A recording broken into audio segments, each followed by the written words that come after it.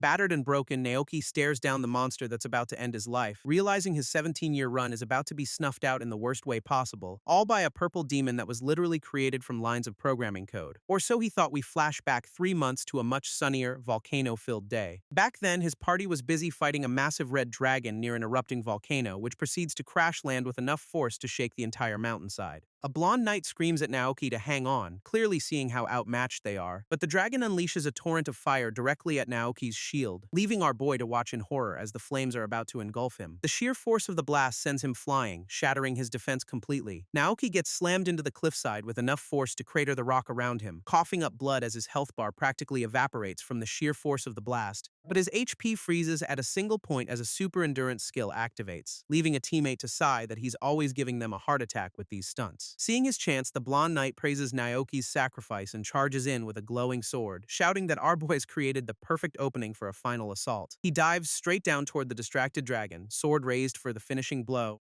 unleashing a massive wave of energy that completely engulfs the enormous beast. The attack completely obliterates the dragon, triggering a system notification for the party, and the blonde knight smugly announces he's leveled up and cleared his job change conditions. The newly leveled knight, Heroki, gives Naoki a big, totally sincere thank you for his sacrifice, which is no surprise since a stat check shows Heroki's a level 20 warrior to Naoki's level 3 tank. Our boy just apologizes for being reckless, deciding that's enough near-death experiences for one day. But Heroki immediately starts complaining, wanting to keep grinding for more levels, so Naoki promises they can play all day tomorrow, which is exactly what his brother wanted to hear. Naoki jokes that after making Heroki number 1, he'd better get a massive reward for his troubles, and Heroki vows they'll dominate the rankings together, a promise he makes from inside a VR headset. The scene pulls back to reveal he's actually comatose in a hospital bed, his parents watching over him as a news report details a major incident in the game that has trapped players across the globe, showing victims from Tokyo to Rio, all stuck for a month since the disaster began. The news report shows hospitals packed with comatose players from all over the world as experts on TV debate the fate of the 120 million people trapped inside the game.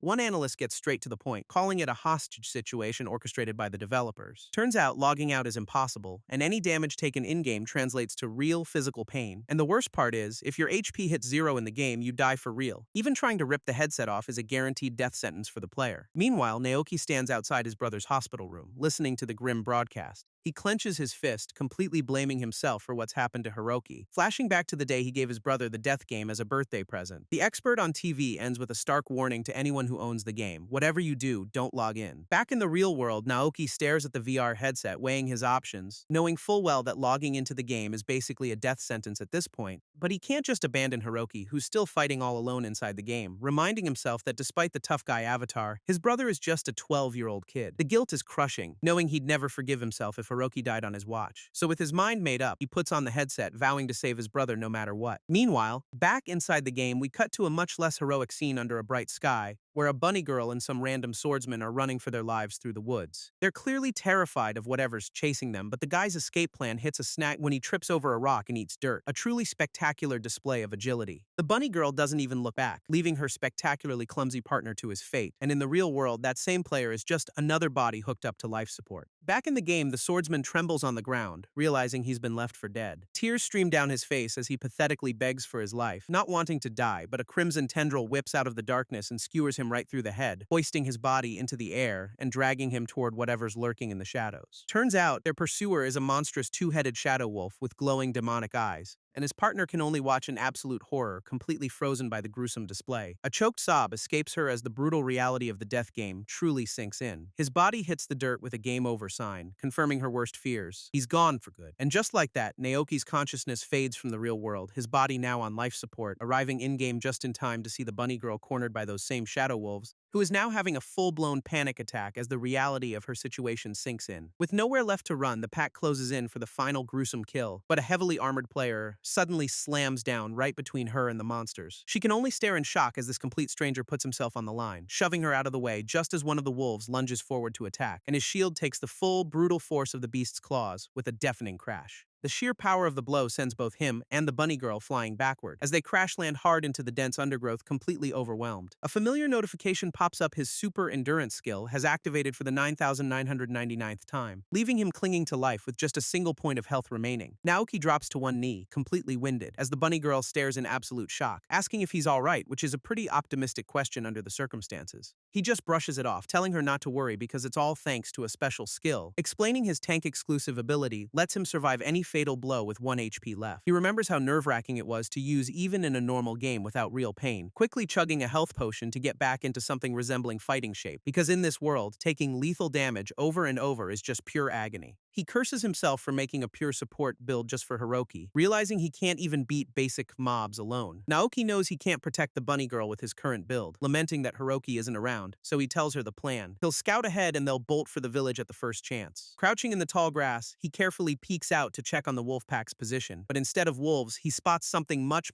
bigger lurking in the shadows. A sight that sends a wave of pure, unadulterated terror right through him. A massive purple demon is casually feasting on the corpses of the very wolves that cornered them, leaving Naoki completely frozen, unable to process the nightmare that just crashed their party. He recognizes it as an intruder monster, a field boss named Jack Rex, a truly terrible development. Of all the rotten luck, the boss is here eating the mobs that were supposed to be the main threat, and if this new thing spots them, they're infinitely more screwed than they were a minute ago. Naoki's brain completely short-circuits at the sight of the field boss, so he just grabs the bunny girl and makes a desperate run for it, but Jack Rex isn't about to let its new chew toys get away that easily. The beast slams the ground with enough force to reshape the entire landscape, sending them flying, as Naoki realizes its basic attacks are literal natural disasters, and purple energy tears through the forest floor, leaving nothing but destruction, launching a massive boulder directly into the air, which comes crashing down to completely seal off their only escape route. Our boy can only stare in disbelief, knowing they're officially trapped now, because the demon is standing right in front of them, blocking any hope of survival. The demon unleashes a devastating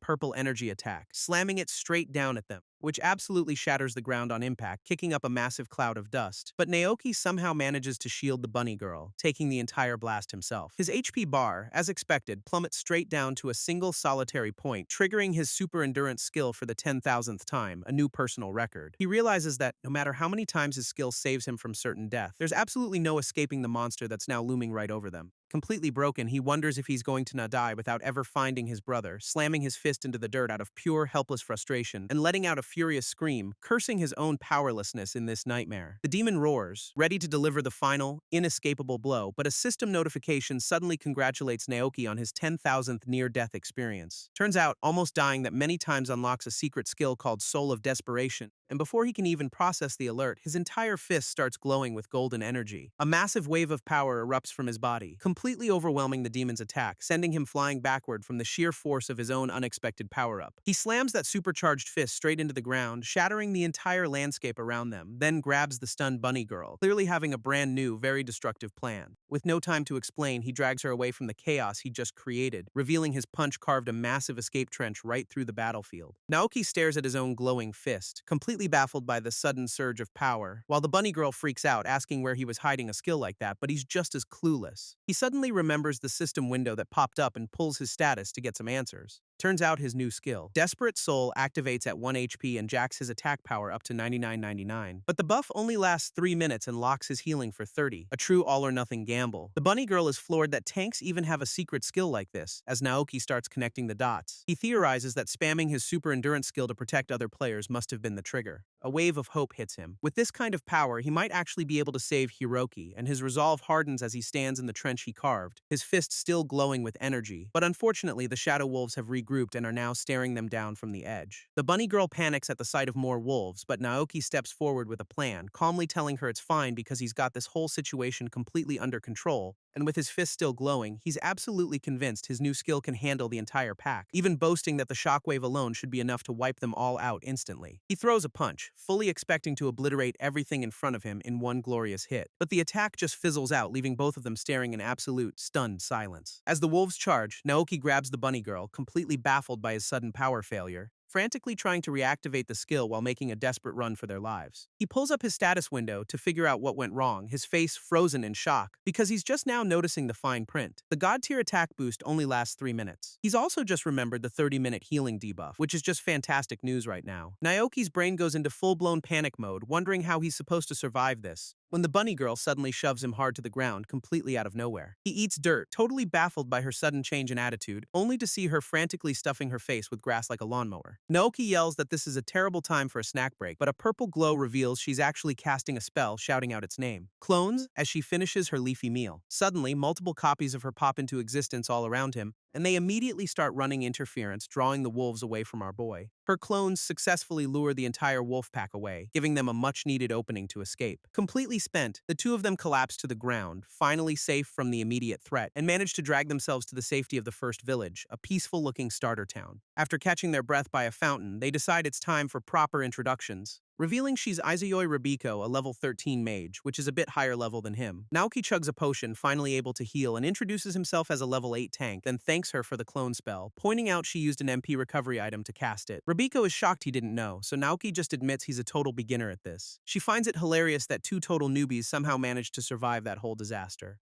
But her smile quickly fades as the grim reality of their situation sinks back in. Rabiko finally breaks down in tears, admitting just how terrifying that whole near-death experience was. And Naoki just watches her for a moment, completely understanding the sheer terror of the situation, before awkwardly patting her on the head, agreeing they were both seconds away from being deleted. He clenches his fist, thinking about how they were on the absolute verge of a permanent game over. And all of this is happening inside a world that was supposed to be just a game. A quick history lesson reveals Genesis Chronicle Online was a global hit with over 300 million players. But one day, the entire game suddenly changed, becoming a much darker, deadlier place. The monsters went feral and started wiping out players, turning the VR world into a slaughterhouse. Naoki realizes his new skill is a double-edged sword. He can use it at 1 HP, but one mistake means instant death. Rabiko, however, is just amazed he one-shotted an A-rank boss meant for players at level 50 or higher. Rabiko gushes that his insane power reminds her of another player she knows, Heroki, which sends Naoki into a complete panic as he grabs her by the shoulders, frantically demanding to know how she could possibly know his little brother's name. She clarifies she's talking about the Hero King, a legendary player everyone knows,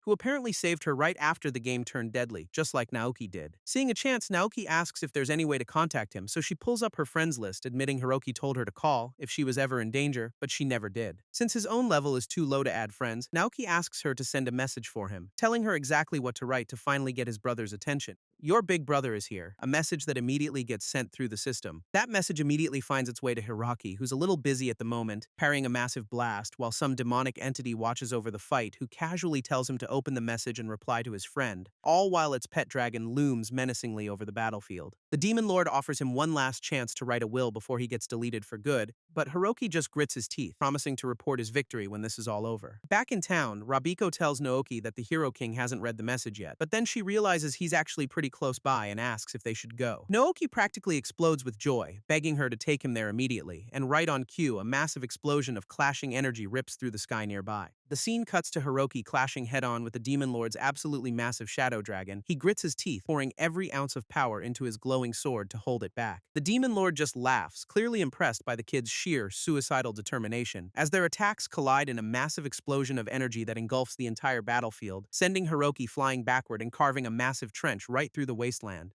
As the dust settles, the dragon lands with its master casually riding on its back, who introduces himself as Zai, a level 63 demon king, which is not great news. Zai mockingly praises the Hero King, admitting his strength actually lives up to the title. A stat check confirms Heroki is a level 65 hero, actually out-leveling his opponent, but he realizes this isn't an NPC, it's another player with a hidden class, making this fight infinitely worse. Hiroki realizes this dragon is a high-level beast that Zai is just casually using as a pawn, connecting the dots that this guy is probably behind all the other corrupted monsters as well. He tries the classic hero speech, telling Zai to stop the madness because he doesn't want to fight, but the Demon King just finds the whole noble act absolutely hilarious, a real knee-slapper. Zai's attention suddenly snaps away from Hiroki, his eyes locking onto something in the distance. Spotting a group of terrified players in the bushes, who realize they've just been made. A truly sadistic grin spreads across his face, having found some much easier targets, and he completely ignores the Hero King, making a beeline straight for the helpless onlookers. Hiroki can only scream for him to stop, realizing the guy's going after civilians, as Zai's shadowy hand reaches out to grab the terrified players, ready to end their game for good. One of the hiding players is immediately caught in Zai's shadowy grasp, unable to escape, who just grins sadistically while unleashing a forbidden art called Beast Gate on his victim. The poor guy is completely consumed by the dark magic, his body twisting into something inhuman, and Hiroki can only watch in horror, realizing exactly what the Demon King is doing. Turns out, Zai's grand plan is to just turn other players into his own personal monster pawns. Hiroki's shock instantly hardens into pure, unadulterated rage at the horrifying display, and he vows he'll never forgive Zei for turning innocent people into his mindless puppets. The newly made monsters immediately lunge at him, putting Hiroki on the defensive, but he can't bring himself to attack, knowing they were just helpless players moments ago. He's forced to dodge and parry, completely unable to fight back against his new opponents. Hiroki is forced to dodge the transformed players, still completely unwilling to strike them down, so Zei decides to join the fun himself, swinging in to attack the Hero King directly, and their attacks collide in a massive burst of blue and purple energy, but Hiroki manages to land a solid slash right across the Demon King's chest. Zei just grunts, barely fazed by a wound that should have been a game ender, before ordering his massive Shadow Dragon to finish the job for him. The dragon dives in, only to get sliced clean in half by Hiroki's powered-up sword, and completely fed up, Hiroki screams at Zei, demanding to know why he's doing any of this. But the Demon King just smirks, calling Hiroki the real monster in this fight. Turns out, Zei loves this new death game because the strong can finally rule without restriction. Zei continues his lecture, asking why Hiroki would want to destroy a world someone else loves, but Hiroki screams back that nobody could possibly love a twisted game where you die for real. The Demon King just shrugs it off as a simple difference of opinion while starting a new spell, mockingly suggesting they take a vote as he summons an entire army of demonic beasts. Hiroki can only watch in absolute fury as the battlefield completely fills with new enemies, and in seconds he's surrounded by a sea of glowing red eyes and shadowy monsters. He grits his teeth, preparing to fight his way through the entire impossible horde, while Zei watches on, completely confident that sheer numbers will overwhelm the Hero King. Even Hiroki admits to himself that by all logic, he's probably going to lose. But then he spots a weakness, realizing he might just have a shot if he exploits it. Hiroki struggles against the endless horde, realizing he can't possibly kill them all, but he suddenly freezes, noticing the Demon King is nowhere to be seen, frantically scanning the battlefield for any sign of his actual opponent, only to realize Zei used the entire army as a distraction to make a clean getaway. Meanwhile, Naoki and Rabiko are closing in on Hiroki's last known position, with his location data confirming he should be just up ahead in the woods. Naoki spots a clearing littered with the bodies of defeated monsters, but as they look up, they realize they've walked right into a trap because Zei is standing right there, looking thrilled to have found some new victims. The Demon King immediately lunges forward, unleashing a brutal attack without a word. Zei just laughs, mocking the Hero King for his absolutely pitiful performance in their fight, but Hiroki's only thought is for his brother, weakly asking if Naoki is safe, a question he asks while literally being held captive by the smirking Demon King himself. The whole nightmare flashes through Naoki's mind, remembering his vow to save Hiroki no matter what,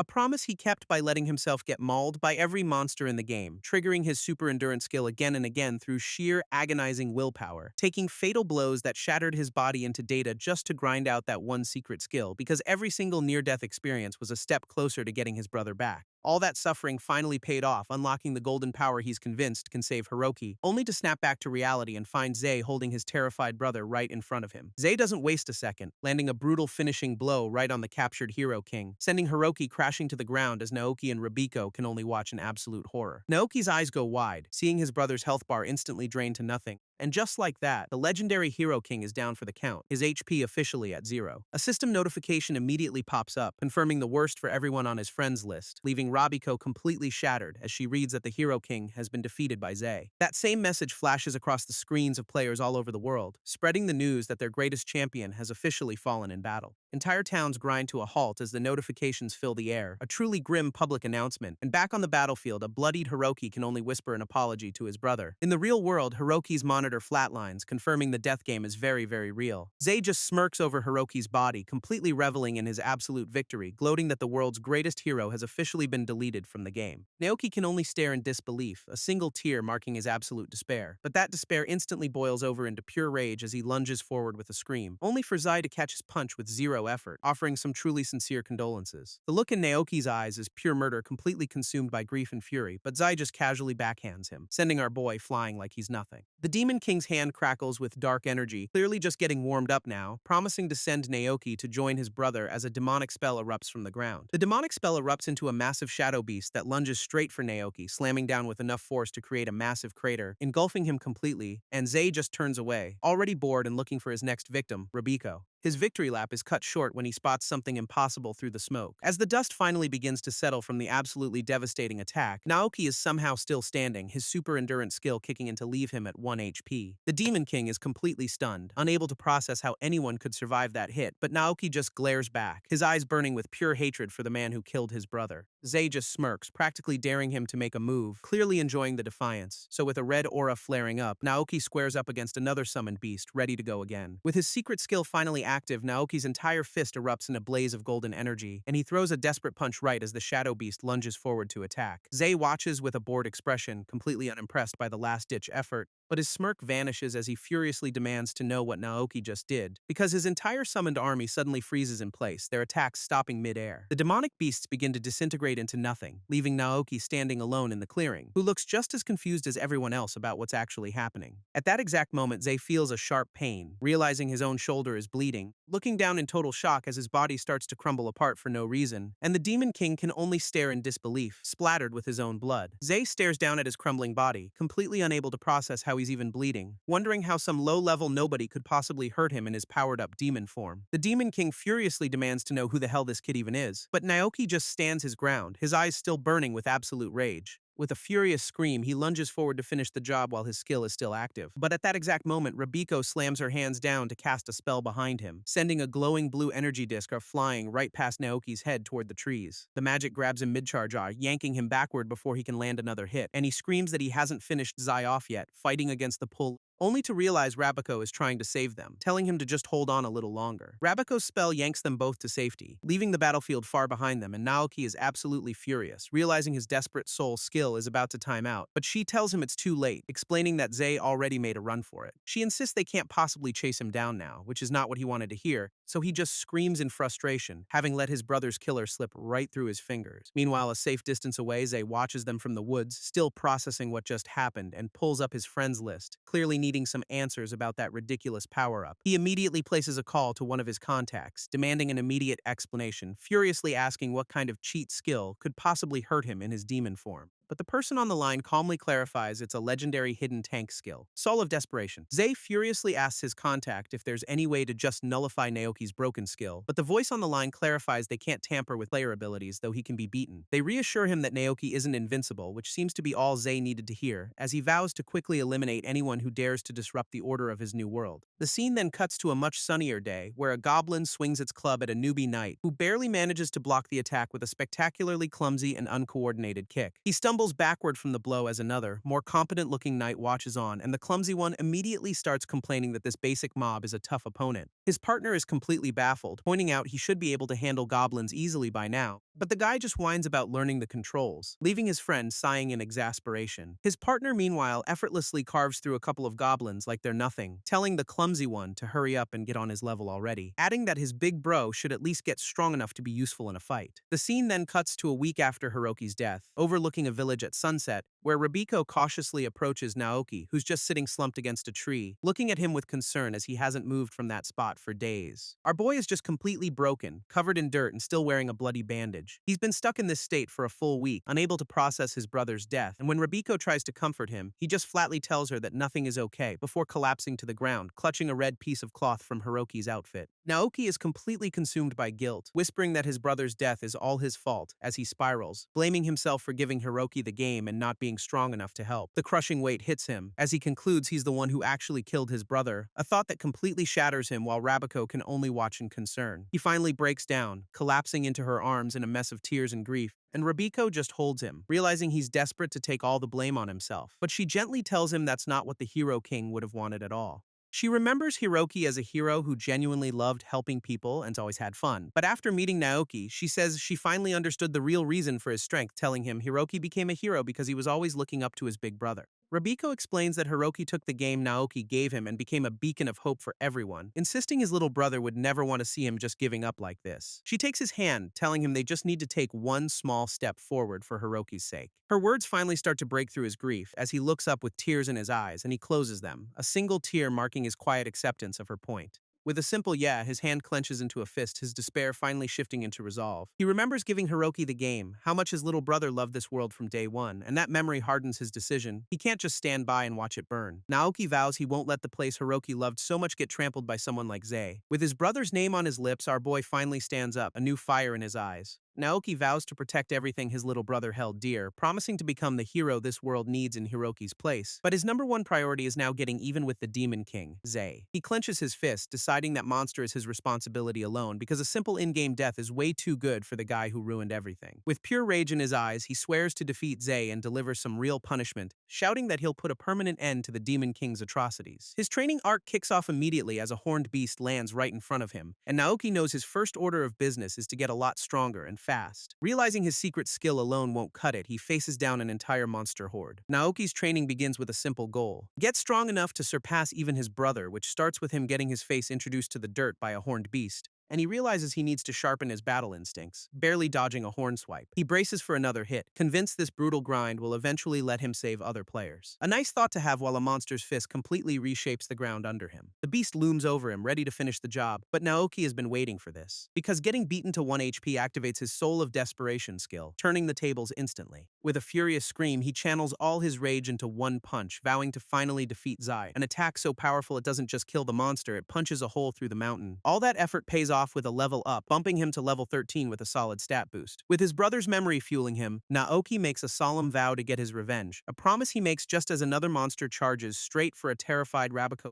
who is, quite reasonably, screaming her head off while running for her absolute life. Naoki, however, just stands there completely unfazed, his chest still bleeding from the setup. Turns out, she's just the bait while he admits this whole revenge thing might take a while. With his skill active, he unleashes another devastating punch, wiping out the entire mob instantly, which nets him another huge level up, bumping him all the way to level 16. He chugs a potion, realizing his level has already doubled since his disastrous fight with Zei, but he knows he can't get cocky, since the Demon King is definitely getting stronger too. So with a renewed fire, he vows to grind even harder and perfect his skills. Their new training method involves Rabiko hanging from a tree as live bait, which is going great, as she immediately starts panicking and screaming for Naoki to come and save her already, but he just watches, knowing he needs her to get her act together for this to work. And she tries to psych herself up, realizing she has to do her part in this plan, only to immediately collapse in a heap of tears, completely overwhelmed by the fear. So Naoki tries a pep talk, telling her she has amazing magic and needs more confidence, reminding her that her clone and teleportation skills are actually incredibly powerful abilities, but she snaps back that her magic is for escaping, not fighting, so don't praise it. Admitting her timid personality makes it impossible for her to face down monsters, and since she always runs, she never gets EXP, leaving her completely paralyzed by fear. Naoki offers to just fight Zei alone, but Rabiko immediately shoots down his suicidal plan, admitting she wishes she could actually get in the mood to fight for once, because all she really wants is to level up smoothly without the constant threat of deletion. He gets an idea, suggesting that maybe some better armor would boost her confidence a bit, which she agrees would be great, except for the tiny detail that she's completely broke. Rabiko figures they could ask a player blacksmith, but then immediately dismisses the idea, since finding a skilled one this early is basically impossible, though Naoki wants to check anyway. So they head back to the village to ask around, hoping for a miracle, when a random NPC with a horn on his head conveniently announces he knows a skilled smith. Both of them are completely stunned by this stroke of luck as the guy casually confirms it. The horned NPC adds a little catch, admitting what he knows is just a rumor about a legendary player named Ertz, which immediately gets their attention. They both start panicking, demanding to know if this person is actually close by, and the guy reveals her real name is Tubasa Yamaha, a name Naoki instantly recognizes. Because she's not just any player, she's a world-famous actress. Turns out Tubasa is an award-winning celebrity who's also a massive gamer and a master blacksmith. Rabiko immediately goes full fangirl, gushing that Tsubasa's her absolute idol, but the NPC cuts the celebration short, grimly telling them that's just too bad. He explains the catch to his rumor, reminding them what he said earlier, because while Tsubasa is supposedly nearby, no one has actually seen her for over 2 months. Meanwhile, the legendary blacksmith Ertz is having a bit of a breakdown somewhere in the wilderness, lamenting how slow her work is now that she's completely on her own. A quick stat check confirms she's a level 47 blacksmith, clearly missing her old crew, but she tries to shake off the despair, telling herself she can't afford to be weak right now, because she's determined to handle this whole mess without asking for anyone's help anymore. With a desperate cry, she gets back to mining, pushing through her exhaustion and loneliness. Back with our heroes, Naoki figures there's a pretty heavy story behind her 2-month disappearance, and since they have 0 other options for a master smith, he decides they have to find her anyway. He says their first step is to find her, a task easier said than done for a 2-month ghost, when a massive crashing sound suddenly rips through the nearby forest, giving them a potential lead. Following the noise leads them right into the forest, where Rabiko immediately spots trouble, because the source of the crash is a massive, multi-eyed spider just waiting in its web. She immediately identifies it as an Oni spider, which is apparently a very big deal, and while Naoki thinks his usual 1 HP strategy will work, Rabiko instantly shuts him down. She points out its 8-legged flurry would kill him instantly, forcing them to make a run for it. Their brilliant escape plan leads them directly to the edge of a cliff, completely cornered. Naoki asks about her teleport spell, but she explains its range is way too short to get them clear. With no other options, Naoki decides it's time for a truly terrible, last-ditch idea, grabbing Rabiko and straight up yeeting them both off the side of the cliff. As they plummet, he screams at her to cast the teleportation exit on the ground below them. Rabiko frantically casts her teleport spell as they plummet towards the ground, which thankfully creates an exit portal right before they become a permanent stain on the landscape. The spell links the top of the cliff with the bottom, creating a perfect escape route, and they pop out at the base of the cliff, completely unharmed by their genius plan. Rabiko is completely spent, immediately chewing Naoki out for his absolutely insane recklessness, but he just laughs it off right before they're interrupted by a pink-haired woman with a pickaxe. They both freeze as Rabiko realizes they've just stumbled upon the legendary blacksmith Ertz. Ertz is so startled by their sudden appearance that she drops her pickaxe in shock, and they immediately try to ask her to craft them some armor, which is great timing. Except she just screams for them to stay away and bolts, forcing Naoki to give chase. The chase comes to an abrupt halt as Tubasa finally stops running, clearly annoyed, and she gives them a serious side-eye, reminding them she already told them to stay away. Before they can even react, a massive figure begins to materialize right in front of them, forming into a colossal armored knight that completely dwarfs the two terrified onlookers. As Tsubasa finishes her warning, telling them she explicitly said not to get involved. And right on cue, a massive wall made of hundreds of glowing shields erupts from the ground, leaving both of them completely stunned as they recognize the legendary shield wall skill. Rabiko explains this is Ertz's signature glitch exploit, letting her summon tons of self-made items at once, recalling streams where she used dozens, but this is on an entirely different scale. Seeing well over 100 shields, Rabiko immediately starts apologizing for ever bothering her idol. Naoki and Rabiko are completely stunned, trapped behind Tsubasa's ridiculously oversized shield wall, and on the other side, the Oni spider is still very much a problem. They immediately start panicking, realizing the monster is still dead set on turning them into lunch. Tsubasa watches their freakout, clearly annoyed her stay away warning went completely ignored, but with a frustrated sigh, she grits her teeth, deciding to clean up their mess anyway. She winds up her custom weapon, preparing to unleash a skill that's way beyond their level, as her colossal knight stands guard while the spider braces for the incoming attack. A massive volley of glowing red projectiles suddenly fills the air, homing in on the beast, which rains down on the Oni spider in a truly spectacular display of overkill. Naoki and Rabiko can only stare in absolute awe, completely blown away by her power. The spider is completely shredded by the overwhelming barrage of weapons, leaving nothing but a cloud of dust and debris in the attack's wake, and when the smoke clears, the monster is pinned to the ground, utterly defeated. Tsubasa turns to them, coldly stating that she spared their lives this time, and with her point made, she dismisses the massive shield wall with a wave, bidding them a final farewell and telling them to go live somewhere she'll never see them. She turns her back, clearly expecting them to just take the hint and leave her alone, which sends Rabiko into a complete panic, realizing she just angered her personal hero. But Naoki isn't intimidated in the slightest, his expression hardening with resolve. As Tsubasa walks away, he summons a massive wall of water to block her path, not taking no for an answer. Her mind flashes back to when she first set up her hidden workshop, a secluded cavern that was supposed to be her private sanctuary, but now it's just a grim reminder of her guildmates who never came back. She remembers her old life as a streamer, back when the game was still just a game, celebrating a rare ore find with thousands of adoring fans watching her live, and even promising to craft special items for a massive viewer giveaway. But that all ended the day she suddenly realized she couldn't log out anymore, a system-wide error trapping her and everyone else inside for good. That's when a creepy player recognized her, calling out her real name Tubasa Yamaha, who ominously declared the game was over, seeing this new death game as his personal playground. That creepy player gets way too close, declaring he wants to spend his last moments with her.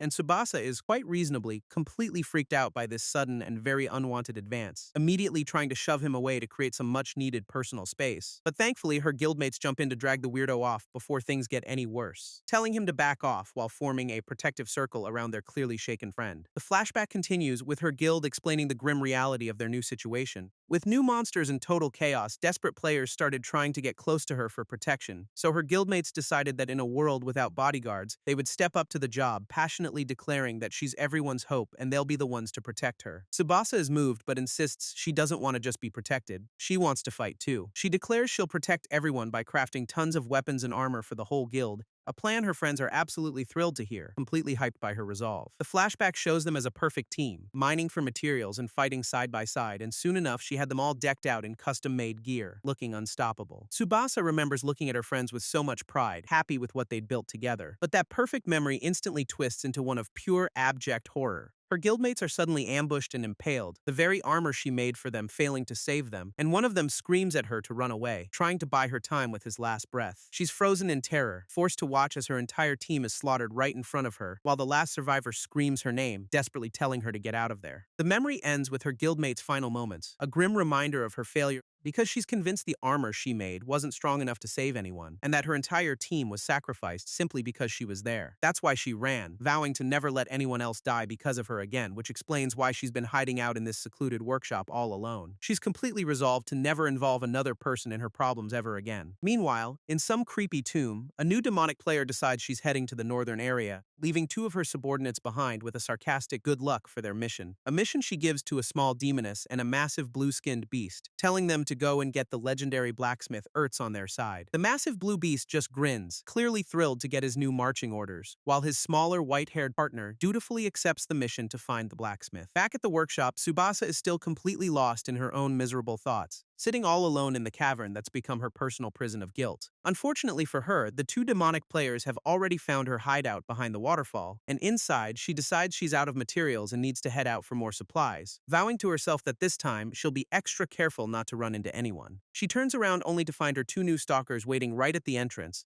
her eyes going wide as she realizes her quiet hideaway has just been compromised, right before the waterfall explodes inward, sending her and her entire workshop flying. Tsubasa gets sent flying by the blast, looking up at the two figures who just wrecked her home, and the massive blue demon and his partner give her a casual hello, clearly enjoying the chaos. His partner immediately addresses her by name, confirming they know exactly who they're looking for, which is when Tsubasa realizes with a jolt that these aren't players at all. They're actual demons. The blue one just smirks, mockingly asking why she seems so surprised to see them, explaining they serve a new player on the scene, Demon King Zell, and came just for her. With a sinister grin, he says they're here to deliver a message directly from their king. An offer she can't refuse, telling her she's now officially a servant of Demon King Zell. She recognizes the name as the guy killing players, but the demon claims it's just improving the world. He then lays out her new job, craft weapons to crush the rebels, and they'll give her anything she wants. Tsubasa seems to consider their generous offer for a split second, before flatly refusing to craft weapons for murderers and summoning her shield wall. The big blue demon just laughs it off, shattering her entire defense with one punch, but he suddenly stops, looking around with a confused grin on his face. Because after all that effort, Tsubasa is nowhere to be seen in the rubble. Turns out, she was just blown clear of the impact, landing hard against the rocks, and she pushes herself up, vowing her equipment will never be used for murder again. Her resolve hardens, flashing back to the friends she couldn't save with her gear, when a strange sound from above suddenly snaps her out of her monologue, and she looks up just in time to see a massive demonic hand reaching down to grab her. After blowing her workshop to bits, the two demonic subordinates have Tsubasa completely cornered, and the big blue one, Enkidu, mockingly congratulates his partner on finally catching her. He gives her some backhanded praise, admitting he's impressed she even had an escape route, a route that unfortunately led right out the top of the cave they just destroyed. Deciding he can't risk her trying to run again, Enkidu starts brainstorming a permanent solution, and he suddenly gets a truly twisted idea on how to keep her from ever escaping. His partner immediately acts on it, stabbing her bladed tail straight through Tsubasa's thigh, and as she screams, Enkidu sadistically explains that they don't really need her legs anyway, since her blacksmithing skills are the only thing they're actually interested in, not her mobility. He then declares his idea is brilliant before powering up to take her other leg too. Just as Enkidu moves to cripple her, an archer from the cliffs above takes careful aim, loosing a glowing arrow that streaks through the air with pinpoint accuracy, and it slams right into the demon's arm, stopping his attack cold. Enkidu glares up in a rage as a voice from above demands he let Tsubasa go, revealing an entire squad of players has just arrived on the scene, ready for a fight. The archer leading the charge yells that they're surrounded and have nowhere to run, leaving Tsubasa completely stunned, wondering why anyone would risk their lives for her. Enkidu, however, finds this rescue attempt absolutely hilarious, mocking their numbers advantage. He tells Tsubasa to watch closely as he channels dark energy, ready to teach them a lesson, his power surging as he prepares to unleash hell on the entire rescue party. Up on the cliff, the rescue squad is completely baffled by the sudden surge in the demon's energy, as Enkidu promises to show them exactly what happens to anyone who dares defy his king, Zell. He summons a ridiculously oversized demonic sword that materializes right out of the sky, and the players below can only look up in horror as it begins its slow, terrifying descent. Even his own partner is completely horrified, realizing this is way more than just a warning shot, as the massive blade hangs directly over the entire rescue party, ready to wipe them out instantly. She frantically begs Enkidu to stop, promising she'll do anything he says to spare them, but he just coldly tells her it's far too late for second thoughts now. The players are frozen in absolute terror, completely helpless as the attack bears down on them, and his partner can only scream in despair, forced to watch the inevitable slaughter unfold. The massive demonic sword slams down with enough force to shatter the entire cliffside, and Tubasa can only scream, convinced her rescuers were just wiped out for her sake. Enkidu just scoffs, smugly declaring they all went out with a bang, but his victory lap is cut short when he realizes something is very wrong. A single health bar pops up, showing someone somehow survived with exactly 1 HP, and as the smoke clears from the impact, the sword hasn't moved an inch. That's because Naoki is standing there, holding the entire thing up with one hand. Meanwhile, the rescue squad is completely fine, saved by a shield from Rabiko. Tsubasa stares in absolute shock, recognizing the kid who tried to hurt earlier, and Enkidu finally puts it together, realizing he's facing the one from Zell's reports. Enkidu's grin widens, realizing this is the exact tank lord his boss Zell warned him about, and Naoki glares back, his face contorted with absolute rage at the demon's words, furiously connecting the dots and realizing this monster is one of Zell's subordinates, while Rabiko can only watch, completely stunned by this insane turn of events. His partner, meanwhile, looks completely unimpressed by the entire dramatic standoff, but Tsubasa is in tears, horrified that people are once again risking their lives for her. With his skill active, Naoki is still holding up the impossibly huge demonic sword, and he tightens his grip, deciding to turn the demon's own weapon right back on him. With a furious scream, he heaves the massive blade over his head, ready to strike, and swings it right back down at the two demons who summoned it in the first place. Enkidu just scoffs at the attack, snapping his fingers like it's a complete non-issue, and his own demonic sword shatters into nothing just inches from his face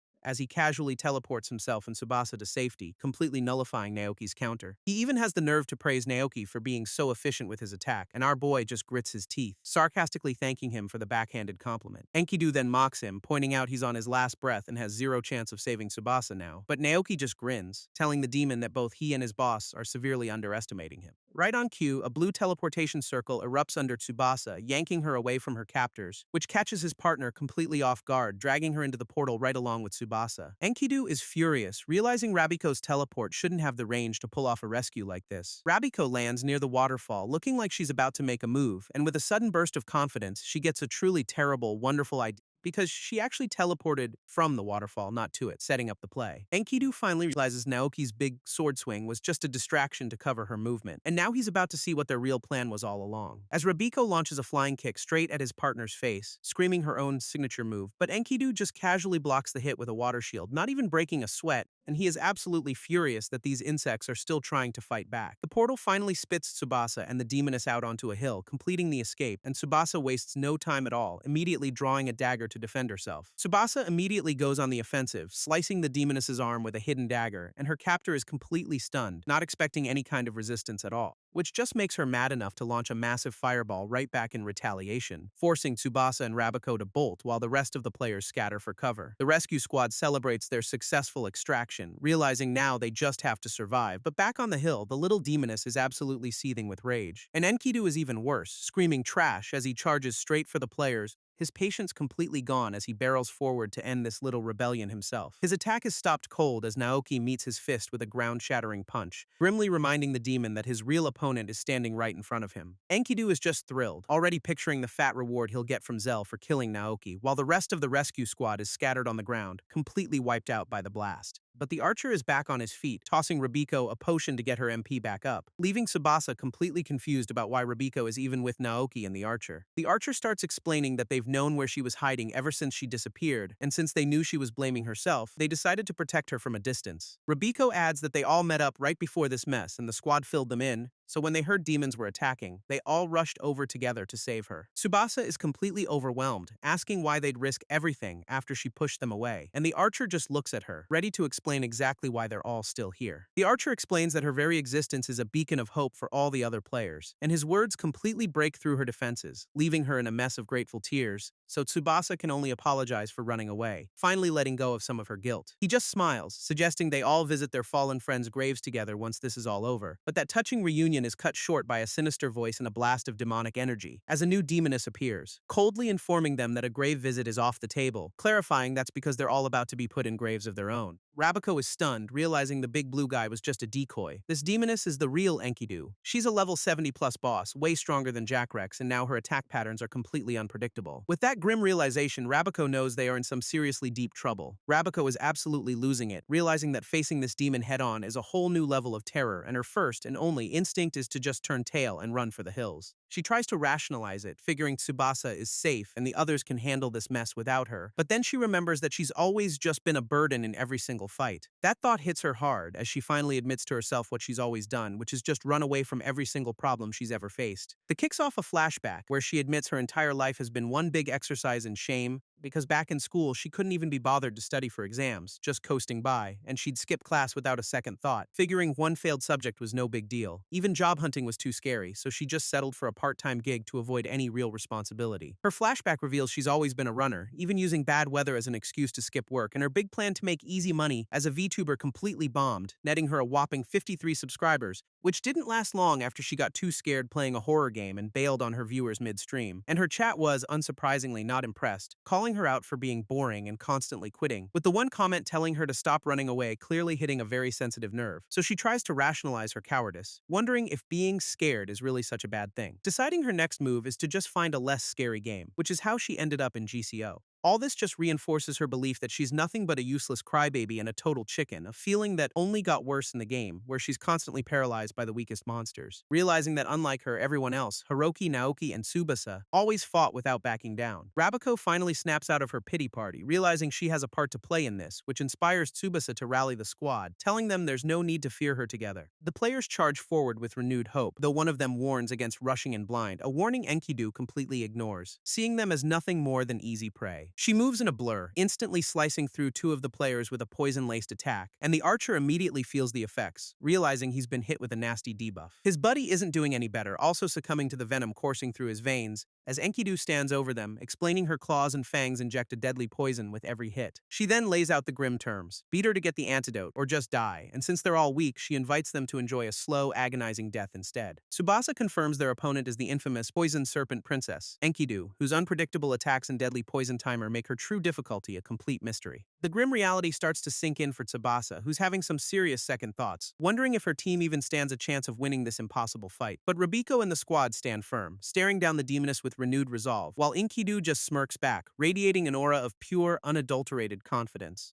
Rabiko raises her hand, looking like she's about to unleash some incredible new spell, only to immediately turn around and sprint for the woods at absolute top speed. Tsubasa and the others are left completely speechless, watching their supposed ally just bail, and Enkidu just scoffs, calling her pathetic but admitting running is probably the smartest move. As Rabiko runs, she admits to herself that she's still going to run away, because people don't just change, but her hand reaches for a portal as she clarifies she's not running away. Alone, revealing her teleportation circle is aimed right at Enkidu's back. Her new plan is to run through the demoness and make sure everyone escapes together. She dives through the portal, tackling Enkidu from behind in a surprise attack, and with the boss pinned, she screams at the others to launch their counterattack right now. Tsubasa and the squad immediately seize the opportunity, yelling for a full-on assault, so the entire rescue party unleashes a volley of attacks straight at the immobilized demoness, which all land in a massive explosion right on top of both Rabiko and Enkidu. The squad panics for Rabiko's safety, but Tsubasa confidently states their allies won't be harmed. As the dust settles, Tsubasa's confidence from earlier is looking a little premature, because when the smoke finally clears from the massive attack, Rabiko is completely knocked out on the ground with barely any health left. The entire rescue squad is stunned, realizing their big plan just took out their own mage, and from the center of the blast, a sinister purple energy begins to swirl ominously. Because Enkidu isn't dead, she's just upgrading into a far more terrifying form. She mockingly praises them for being strong enough to force her transformation, telling them to get a good look at the one who's about to end their lives. The players can only stare in horror, recognizing this as the second form of the Poison Serpent Princess, and Tubasa confirms this is her trump card, activated when her HP drops below 30%. Tubasa sees Rabiko on the ground and her face hardens with grim realization, giving her a light kick that reveals a sinister purple aura, because a 299-second timer is now floating ominously above Rabiko's body. Tubasa immediately panics, confirming the poison has a countdown,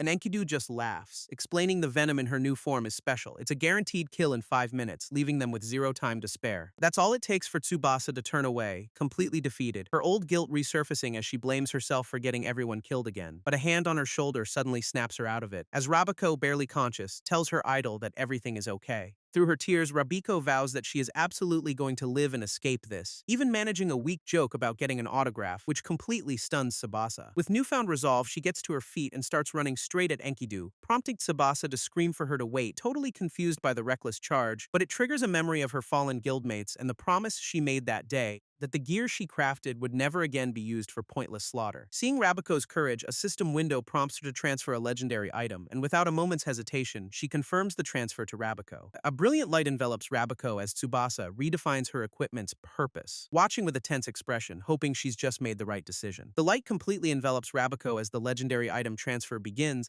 forming a brand new piece of protective gear right over her existing clothes, and she declares this new power is for one thing and one thing only: protecting her friends, which Tsubasa confirms is a special armor with its own unique set of skills. Rabiko immediately starts fangirling, completely overjoyed to get custom gear from her hero, while Enkidu just mockingly calls her new outfit a death shroud, clearly unimpressed. That's when Rabiko remembers the poison timer, which is already ticking down below 250 seconds, leaving her with only 4 minutes to win before she dies for good. So Tsubasa quickly whispers a plan, explaining how the new armor actually works. But Enkidu isn't waiting around, charging in to cut their strategy session short. Tsubasa activates the armor's skill, declaring this little party is for authorized personnel, and she throws up a hand, screaming that Enkidu is absolutely not on the guest list, as a massive wall of glowing blue shields erupts from the ground to block her charge, completely encircling the entire rescue squad and leaving the demoness on the outside looking in. Enkidu gets stopped dead in her tracks, clearly not impressed with their new little fortress, and she immediately slams her fist into the barrier, clearly annoyed by the sudden roadblock, calling the wall a nuisance as she starts charging up some seriously nasty-looking energy, unleashing a massive venom blast straight at their brand new protective dome. The attack slams into the shields, and her poison immediately starts corroding the magical barrier, melting a huge hole right through their supposedly impenetrable defense. Enkidu mockingly asks if they're just going to wait around and melt from her poison, as their brand new shield dome continues to dissolve under the corrosive venom. Inside, Rabiko decides she's not waiting around and starts her own brand of demolition, kicking apart the remaining shields to create a path for her next move. Enkidu just smirks, sarcastically asking if she's already come up with a desperate plan, and Rabiko declares the first step is to take the demoness down, using a borrowed weapon that looks suspiciously like a giant arrow she's using as a spear. She launches herself forward in a surprisingly brave, if not entirely thought-out charge, but Enkidu stops the attack cold with one hand, completely unimpressed by the effort. The demoness is just confused, wondering if there's some hidden trick to this pathetic assault. Enkidu scoffs, figuring Rabiko is all escape magic and zero offensive power, which is mostly true, but Tsubasa's gear came with some very interesting fine print, because Rabiko reveals the legendary armor has its own set of skills ready to go, prompting a system window for a skill called Tsukuyomi's Blessing, which she, of course, immediately smashes the yes button to activate, and a brilliant golden light envelops her for a dramatic on-the-spot transformation, turning her into some kind of moon goddess messenger, looking way more impressive now. Enkidu is completely baffled, having no idea what this new power-up even is, and with a furious scream, Rabiko unleashes the armor's true potential, which turns out to be 3 whole minutes of 0 MP cost for all her skills. Enkidu is completely baffled by this sudden power-up, wondering what just happened, as Rabiko starts zipping through a series of portals, making her movements totally unpredictable. The demoness tries to rationalize it as a simple distraction, convinced she can still counter the attack. But Rabiko admits to herself that she can't win this fight on her own, which is when Enkidu suddenly finds herself surrounded by dozens of those same blue portals. Because it's not just Rabiko, the entire rescue squad is teleporting in from all directions. She's completely stunned as players of every class pop out, ready for a fight, finally realizing the shield wall wasn't for defense, but a smokescreen to hide this setup. Rabiko had mass-produced portals with her new skill, focusing all of Enkidu's attention on her alone, and now the demoness is perfectly trapped, with every single one of her escape routes completely cut off. Enkidu can only grit her teeth, realizing she's been completely outplayed by their trap, and she screams out for her Master Zell as the entire squad's attacks converge on her, unleashing a massive, colorful explosion that completely overwhelms the demoness. As her body dissolves into purple mist, the poison timer above Rabiko vanishes too, and a system window confirms the Venom Serpent Princess has finally been slain. Rabiko can only manage a weak little yay before the rest of the team goes wild, with the entire rescue squad erupting in a massive cheer for their hard-won victory. Tsubasa walks over to the exhausted mage, getting her attention with a simple Rabiko, before thanking her, admitting that none of them could have won this fight without her plan. Rabiko is completely flustered but absolutely beaming, overjoyed to finally get some real recognition. Tsubasa reminds Rabiko that the fight isn't isn't over because now they have to deal with the big blue guy, and that grim raciality sinks in for Rabiko as she steels herself for the next round, remembering that Naoki is still in the thick of it and her new armor is the key. She quickly confirms with Tubasa that the armor's 0 MP skill has a 3-minute timer, and with a new sense of purpose, she declares she's heading back into the fight. Meanwhile, back at the waterfall, Naoki is still facing down Enkidu's massive decoy, his fist glowing as he calculates the incredibly simple terms of their little duel. He's got exactly 3 minutes to land a single hit, or the demon wins by default, a high-stakes gamble where he's still trying to figure out who has the real advantage. His opponent, however, just summons a whole arsenal of weapons, mockingly telling him to bring it on. The demon decoy taunts him, knowing his soul of desperation skill is about to time out. Naoki grits his teeth, calling the beast Gilga as he prepares to make his move. With his eye glowing, he focuses all his remaining power for one final desperate charge, so Gilga immediately unleashes his entire arsenal, sending a storm of enchanted weapons flying at him. The demon just smirks, completely confident this overwhelming barrage is more than enough to finish the job. But Naoki doesn't even try to dodge, instead charging his fist with golden energy to punch through, and the whole situation suddenly reminds him of the very first time he met Tsubasa. He recalls being a little scared of her back then, surrounded by all her powerful creations, even imagining that if all those weapons were aimed at him, he'd probably die instantly, which is when he realizes with dawning horror that's exactly what's happening right now. Gilga can't believe his luck, realizing he's facing this exact type of all-or-nothing opponent again, so he unleashes his entire arsenal in a single overwhelming wave, confident it'll be enough. But Naoki just weaves through the storm of blades like it's a casual morning jog, twisting and dodging every single projectile coming his way with impossible speed, and he clears the entire barrage without a scratch, landing perfectly on the other side. The demon is completely stunned, asking if our boy seriously just dodged all of that, and Naoki fires back that dodging is the bare minimum when you've only got 1 HP left. With the path clear, he screams that it's his turn to attack and launches forward, though Gilga just sarcastically calls him scary while preparing to block the hit, and Naoki's fist slams into the demon's sword, getting sent flying back from the impact. Naoki shakes off the last hit and charges right back in, his fist glowing for another desperate punch, but Gilga just scoffs, completely unimpressed by the second round of this little temper tantrum, calling our boy naive as he summons a wall of blades right in front of his chest, daring him to try. Naoki's eyes go wide, realizing he's just run headfirst into a very pointy, very personal trap, and he knows he's way too close to dodge, with nowhere to go but straight into the demon's new defense, admitting to himself that against this kind of enemy, he really can't win this fight alone. When a swirling blue portal suddenly appears right in front of his face, catching him completely off guard, and a massive shield erupts from it, blocking Gilga's entire sword wall just in the nick of time. The demon is completely stunned, watching his perfect little trap get shut down by some random magic, but Naoki recognizes that teleport anywhere, grinning as he realizes his backup has finally arrived. Rabiko teleports right between them, throwing up a wall of shields to block the attack, and she lands perfectly, having just saved Naoki from getting turned into a shish kebab. Naoki can only stare, completely stunned that she showed up at the last possible second, while she just gives him a casual thumbs up, asking if her timing was good enough for him. Gilga is absolutely furious, demanding to know what happened to the real Enkidu, so Rabiko smugly explains she gave Enkidu a little punishment in the name of the moon, a line she has clearly been waiting her entire life to say, much to Naoki's deadpan disapproval. That little victory speech sends Gilga into a rage, screaming that he's done with these pests, but Rabiko steps forward, declaring she's not about to let him lay a finger on Naoki, and she summons another shield, ready to take on the demon's full power assault herself. Rabiko tells Naoki her 0 MP buff is on a 1-minute timer, so they have to move fast, and she vows that for that single minute, she'll be his absolute shield no matter what. With a confident grin, she gives him the signal to go all out on her mark,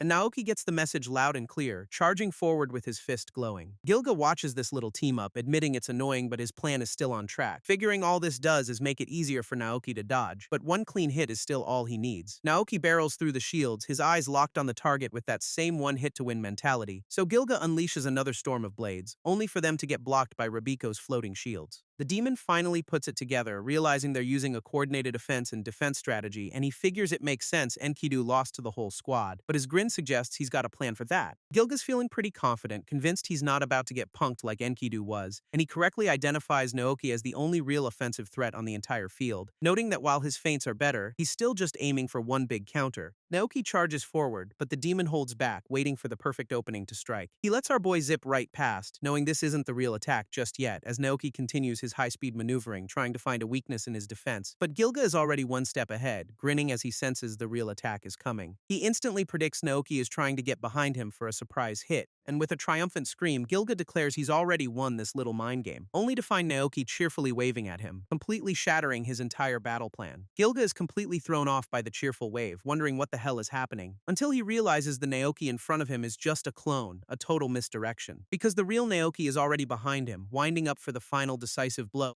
and he screams Rabiko's name, channeling all his power into one last glowing punch. He admits that her teleport and clone skills are insanely powerful when used this way, and he slams his fist straight into the demon's gut with absolutely zero hesitation. With a furious roar, he puts every last ounce of his remaining strength into the attack, which sends Gilga flying back, his body already starting to break apart from the impact. The punch unleashes a massive shockwave that tears through the entire battlefield, and at that exact moment, the rest of the rescue squad finally arrives on the scene. The rescue squad can only stare in disbelief as the shockwave from Naoki's final punch hits, and a massive explosion of light completely engulfs the battlefield, confirming the demon's annihilation.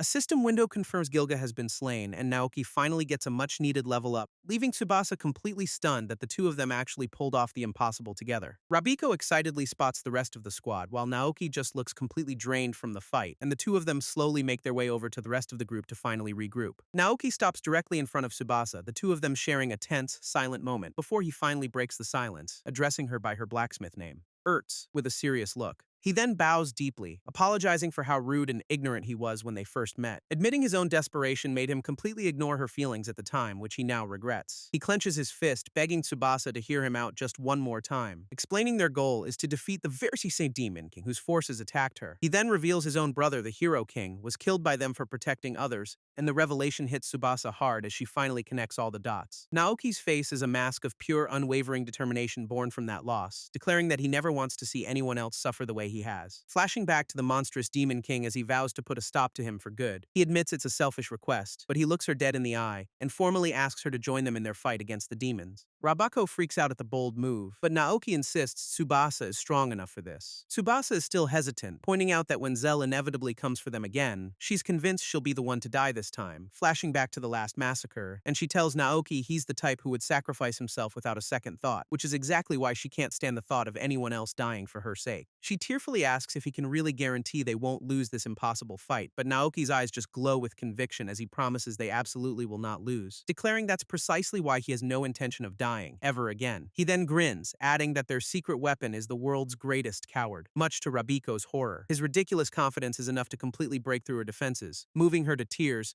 and with a newfound resolve, she turns to her squad, ready to introduce her powerful new allies. Tsubasa finally makes her decision, her expression hardening with newfound resolve, telling her squad she's joining the fight, though her mohawked friend immediately protests the danger. But she explains she can't forgive Zell for shattering her dream of a peaceful world, and with Naoki and Rabiko on her side, she's confident they can actually win this. The rest of her team can only listen as she lays out her new plan of action, and her mohawked friend finally relents, saying he understands her reasons for going. He then turns his attention directly to Naoki, getting our boy's full attention, admitting that Naoki is strong before extending his hand for a formal handshake, asking him to please protect Tsubasa, no matter what happens out there. Naoki firmly grasps his hand, promising he absolutely will without a moment of hesitation. With the promise made, Tubasa announces it's officially time for her to head out, joining Naoki and Rabiko on their little demon-slaying road trip. Her old squad gives them a surprisingly cheerful send-off, wishing them luck and safety, and Tsubasa waves back, thanking them for all their support on the way out. As the new trio walks off, her mohawked friend watches them go with a thoughtful expression, looking to the sky as if asking his fallen comrades for their blessing on this new alliance. Meanwhile, Tsubasa tells Rabiko to just call her Ertz, making the mage absolutely starstruck, but their wholesome little bonding moment is about to get cut brutally short, because a massive shadowy winged beast suddenly descends from the sky, locking onto them, its giant yellow eye promising a whole new world of problems for our freshly formed party. The massive beast's eye glares down, promising a very, very bad day for the new trio. But elsewhere, a powerful demon lord checks his reports, annoyed that Enkidu and Gilga were useless. He complains that if you want a job done right, you apparently have to do it yourself, before turning to his brand new entourage for confirmation, a sinister gem glowing in his chest. Turns out he's already assembled a new squad of top-tier players to do his bidding, featuring a powerful wizard, a trident-wielding warrior, and a very large barbarian standing ready. Back with our heroes, Rabiko makes a move, chucking a small orb straight at the ground, which immediately erupts into a massive cloud, completely obscuring the entire battlefield.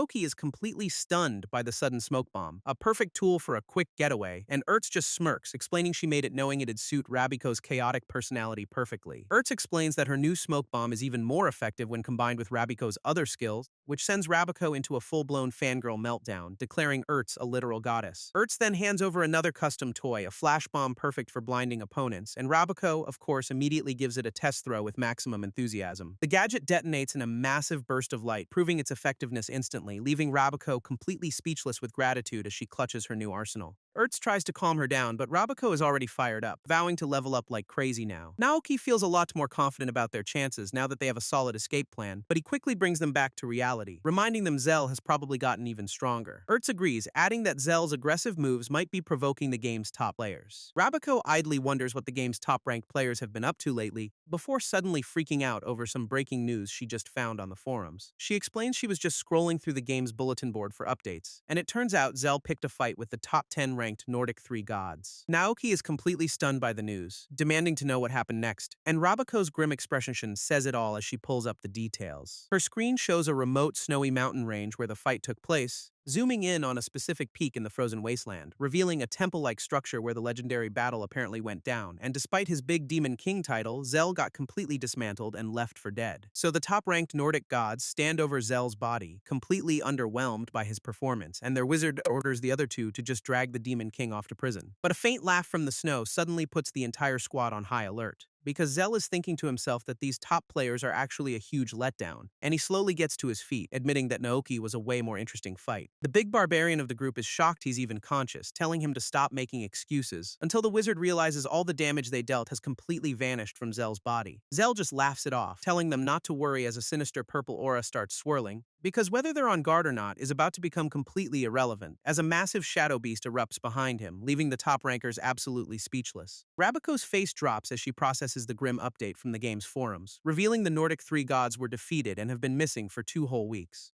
Ertz is in total disbelief that even 3 top-ranked players could lose to Zell, but Naoki's expression just hardens with grim determination, completely unsurprised. He immediately declares they're going, convinced missing means there's still a chance for a rescue. Rabiko points out the obvious flaw in that plan. Zell's forces are probably still there, so Ertz insists they have to be absolutely discreet if they're going to try this. The team quickly agrees to a covert operation, ready to move out immediately, their destination being a remote temple perched high in a frozen mountain range, and the newly formed trio is already trekking across the vast, snowy expanse to get there. The trio's rescue mission begins with Rabiko immediately complaining about how cold it is, so Ertz, ever the prepared one, pulls out a hot drink like she's in a commercial. She offers some to Naoki, who's just grimly noting how realistic the game's pain simulation is, and Ertz points out the area is suspiciously empty of any monsters or patrols. Naoki just takes it as a lucky break, pushing them to find the missing players while they have the chance, his eyes scanning the vast, empty landscape with a newfound sense of urgency, when he suddenly spots a lone cloaked person standing motionless in the distance. The whole team freezes, wondering who on earth would be out here all by themselves, and Ertz immediately recognizes him as Loki, one of the Nordic 3 gods they came to rescue. Rabiko gets ready to charge forward, but Ertz stops her cold, sensing something is very wrong. Ertz's instincts are screaming that something is seriously off with the guy they came to rescue, and her suspicions are confirmed when Loki addresses them all by name with a dead-eyed stare, because he immediately starts charging a spell, prompting Naoki to scream for everyone to get down.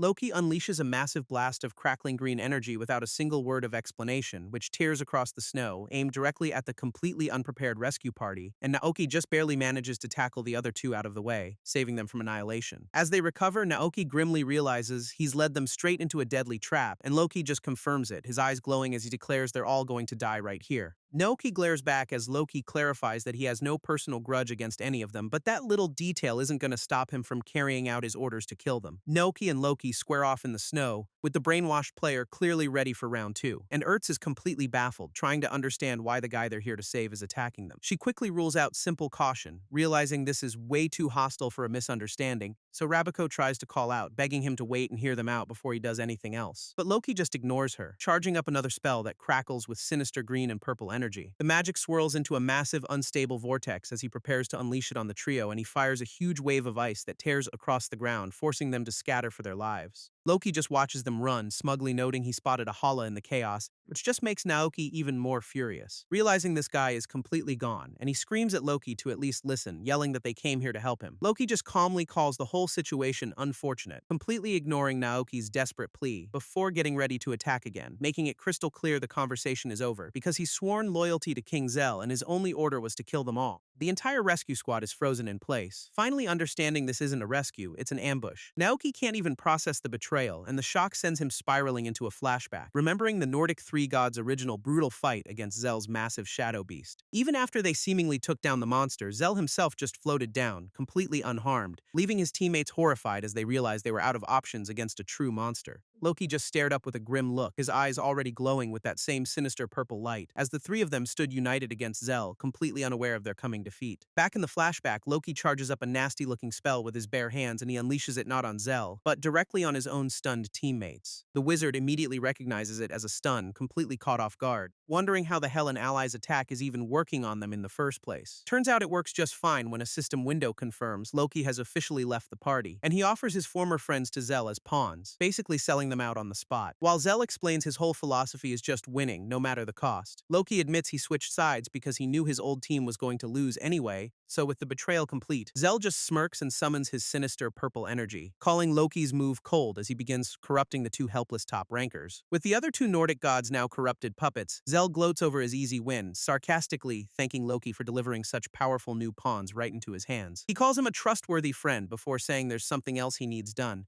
and Loki, still kneeling, promises to do absolutely anything his new master asks. A system window then appears in front of the traitor, confirming a file has arrived, which Zell explains contains a comprehensive list of players he considers rebels. His new order for Loki is brutally simple: hunt down and kill every last one of them, and he even has the nerve to ask if Loki's conscience can handle the job. The traitor remains kneeling, the weight of the order sinking in for a brief moment, before looking up with cold dead eyes, his humanity already completely gone. Loki powers up a nasty green spell, casually saying this whole thing is no big deal, and he unleashes a massive barrage of magical projectiles straight at the party. Naoki realizes this is a death by 1,000 cuts strategy designed to slowly drain them, and the traitor smugly points out this is Naoki's exact weakness, a fight he's not built for. Turns out Loki has done his homework, explaining Naoki's super endurance skill is useless now, which means his big Soul of Desperation trump card is completely off the table. He even breaks down Rabiko's options, noting her portal tricks are on a very short timer, while Ertz's weapon spam is basically just a light show against a real player. Loki smirks, having just laid out exactly why their entire strategy is completely hopeless, concluding they can't even beat him, so fighting King Zell is just a sad little fantasy. Loki smugly tells them to just die quietly now that they understand how outmatched they are. And Naoki has to admit that everything the traitor is saying about their weaknesses is completely correct, but his logic is almost too reasonable, which is exactly what's setting off alarm bells for our boy. Something about this whole setup just feels completely wrong, and he can't quite place it yet, staring down the traitor as he desperately tries to figure out what Loki is actually planning here. The entire team is at a standstill, waiting for the other shoe to drop in this frozen wasteland, when a shadowy clone with glowing eyes suddenly appears right behind Naoki, signaling his next move because he immediately explodes forward, charging straight at the smug traitor with everything he's got. He closes the distance in an instant, winding up for a punch meant to end this monologue, only for his fist to phase through an afterimage as the real Loki watches on, completely unimpressed. Ertz immediately unleashes a storm of her signature red weapons to pin the traitor down, which detonate in a massive explosion that completely engulfs the entire battlefield. But when the smoke clears, Loki is already on the move, completely untouched by the blast, having blocked the entire barrage with a single, massive blue shield without breaking a sweat. He zips across the snow with impossible speed, forcing the entire party onto the defensive, so Naoki grits his teeth and charges forward, trying to create an opening for the others. But his desperate punch is stopped cold by Loki's bare hand, completely shutting him down. The traitor just smirks, revealing he can read every single one of their movements, and his hand tightens around Naoki's fist as a sinister energy starts to crackle,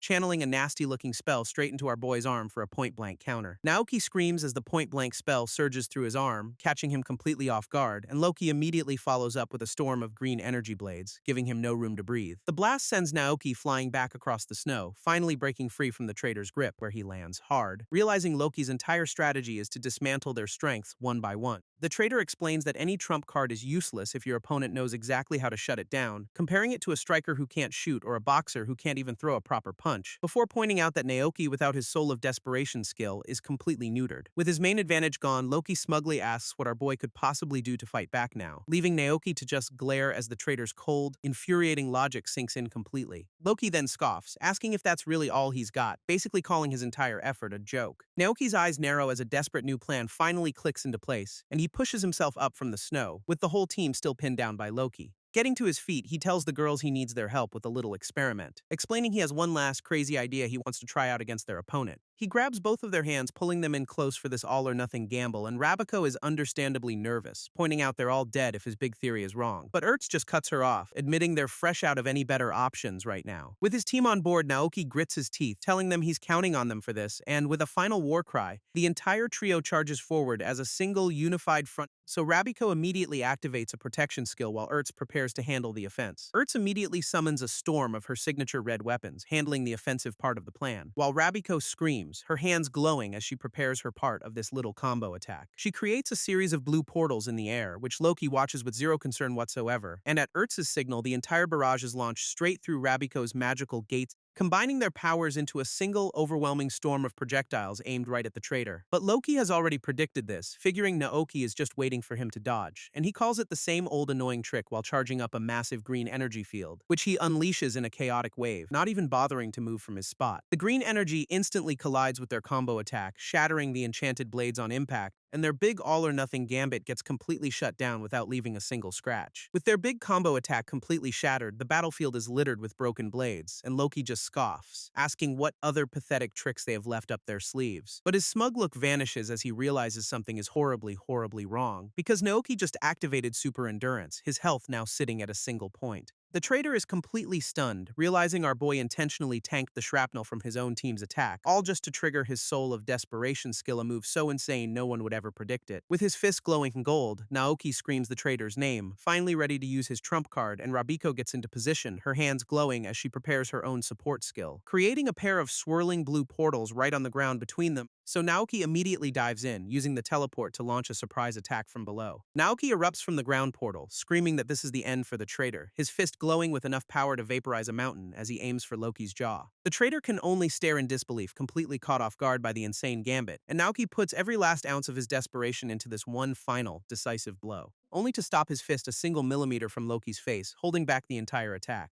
A massive shockwave of golden energy erupts from his hand, blasting right past the stunned traitor, carving a gigantic trench into the mountain behind him without leaving a single scratch on the guy. Loki is just left standing there, completely speechless as he processes what just happened, and Naoki's trump card finally times out, the golden glow on his hand fading away. He then calls Loki out, realizing the traitor was also holding back, guiding them instead of trying to kill them. Naoki calls him out, realizing the whole murder attempt was just a very aggressive test, and Loki just closes his eyes, basically admitting the entire charade is finally over. He then casually calls for his friends to come out, as if they weren't just trying to kill each other, and a whole squad of players suddenly appears, surrounding the trio from every single angle. Naoki can only stare, finally understanding this was never a one-on-one fight to begin with, while Loki confirms it, admitting the entire battle was just a test of their strength. Turns out he's not working for Zell at all, but is part of a much bigger, much more organized group, which he introduces as Twilight, a guild that's clearly been watching them for a while now. A level 51 ninja named Sasuke steps forward, formally introducing himself as one of the group's adjutants, followed by a level 44 shadow mage named Jack, who's already deep in his edgy protagonist phase. A level 40 magician named Arlora introduces herself with a little too much sparkle for this frozen hellscape, and she's just one member of the massive guild that's now staring them down in the snow. Naoki is completely lost, asking Loki who the hell all these people are, so the traitor pulls up a system window to finally explain what's really going on here. He shows them a long list of player profiles, catching Naoki's full attention, explaining this is the official kill list he received directly from Demon King Zell, and every single person gathered here today is one of the rebels on that list. The realization hits Rabiko first as she starts putting the pieces together, figuring out that Loki wasn't just testing them, he was actively betraying Zell the entire time. Ertz calls him a double agent, leaving Naoki completely speechless at the massive twist. Loki confirms their suspicions, explaining it all goes back to one very specific day, the day he and the other Nordic gods were completely and utterly crushed by Zell. He admits he knew they couldn't win, realizing they were hopelessly outmatched because Zell had become unbelievably powerful, and continuing the fight was just suicide. Knowing they were all about to be killed, he had to avoid that worst-case scenario at all costs, so he chose a different way to lose, betraying his friends to make them Zell's pawns. He figured becoming monsters was better than dying, convinced he could find a cure later on. While playing the loyal subordinate, he was secretly searching for a way to reverse the curse, and he found it in an S-class dungeon, a skill called Zero Reset that removes all debuffs. Now he's the only one who can use it, meaning he can save his two corrupted friends. Loki admits Zell's kill list was actually a super convenient way to find potential allies, so he reached out to every single target, recruiting the ones who could actually fight for him, while the non-combatants were hidden away, which is why he tested our trio so harshly. He tells Naoki they've got potential but are way too green, then asks what his decision is, before laying out his own philosophy, admitting he'll side with absolutely anyone if it means winning. Siding with Zell, however, offers absolutely zero real-world benefits, making the choice pretty obvious, and he calls the Demon King a terrorist who has to be stopped, vowing to use any means necessary. He includes dirty tricks, breaking rules, or even relying on a one-hit kill trump card. With his point made, he formally addresses Naoki, Ertz, and Rabiko by name for the first time, asking them to join his cause, an offer that Ertz and Rabiko seem totally ready to accept. Naoki just grins, agreeing to the alliance without a single moment of hesitation, and he reaches out to seal the deal, officially joining the rebellion against Zell. But before they can even shake hands, a massive energy beam slices between them, as Loki recoils in shock, realizing their secret meeting just got crashed. Because Demon King Zell has arrived, and he's clearly been listening in the whole time,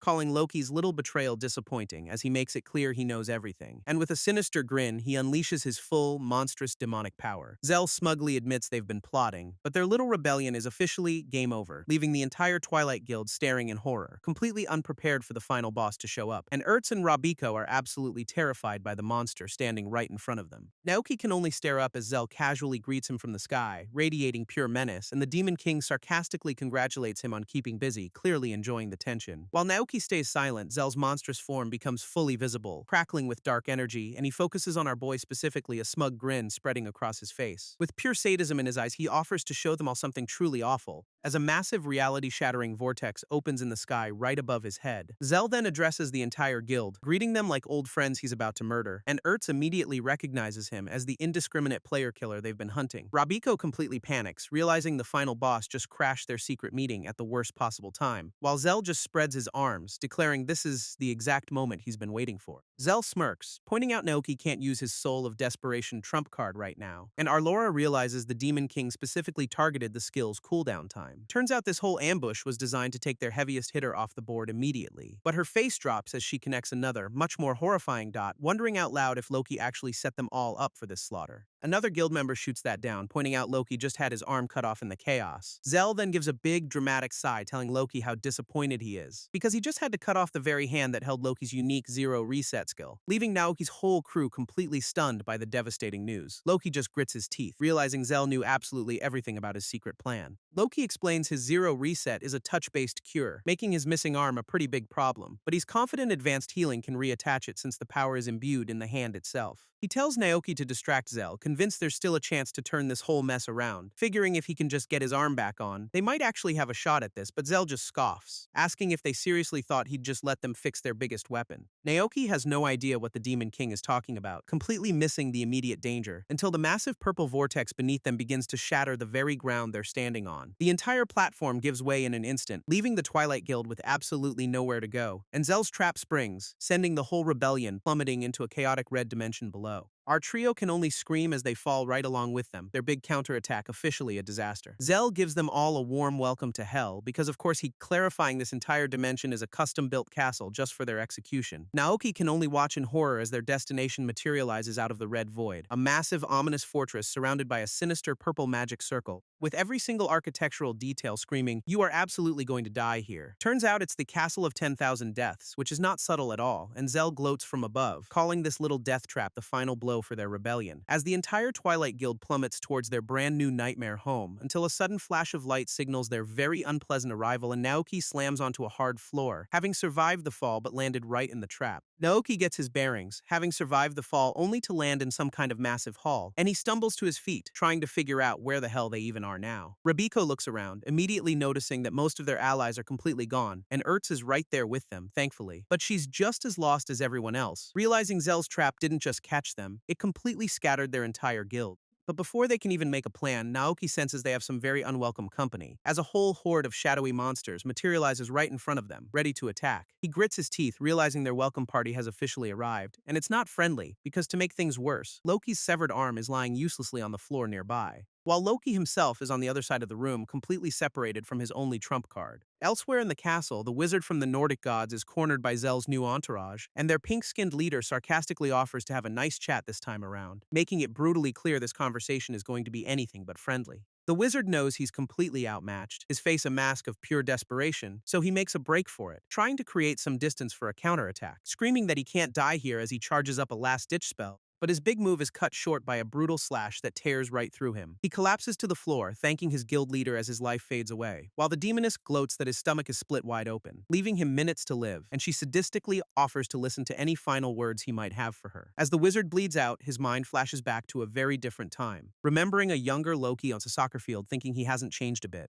Turns out a 14-year-old Loki was already a master strategist, even on the pitch, and he sends a perfect pass flying downfield to his waiting teammate. The other player receives it cleanly, lining up for a powerful shot on goal, unleashing a kick that tears across the field with incredible speed. But the opposing goalie makes a desperate dive, trying to block the shot, managing to just barely get a hand on the ball and deflect its path. The save sends the ball flying back into play, right in front of the goal, where another one of their teammates moves in to perfectly control the rebound. The Wizards for a counterattack, trying to rally his team on the field. With the ball loose, the opposing team immediately launches a fast break down the pitch, and it arcs through the air as both sides scramble to gain control of the play. The Wizard sprints to intercept, thinking he can cut off the attacker's path, but the red-shirted opponent gets there first, pushing the ball forward with surprising speed, leaving him completely stunned as the guy blows right past him without slowing down. He grits his teeth in frustration, realizing his misjudgment just cost them everything, letting out a scream of pure rage at his own critical mistake. Just then, a blonde teammate slides in with a perfectly timed tackle, managing to stop the ball cold and save the entire play from disaster. The blonde teammate who saved the play immediately turns it into a blistering counterattack, effortlessly dodging the same defender who just blew past the wizard a moment ago. With a look of pure focus, he barrels down the field with incredible speed, creating a one-on-one situation with only the opposing team's goalie left to beat. The goalie grits his teeth, bracing for the inevitable as the two players lock eyes, but the blonde kid doesn't hesitate for a second, closing the distance instantly,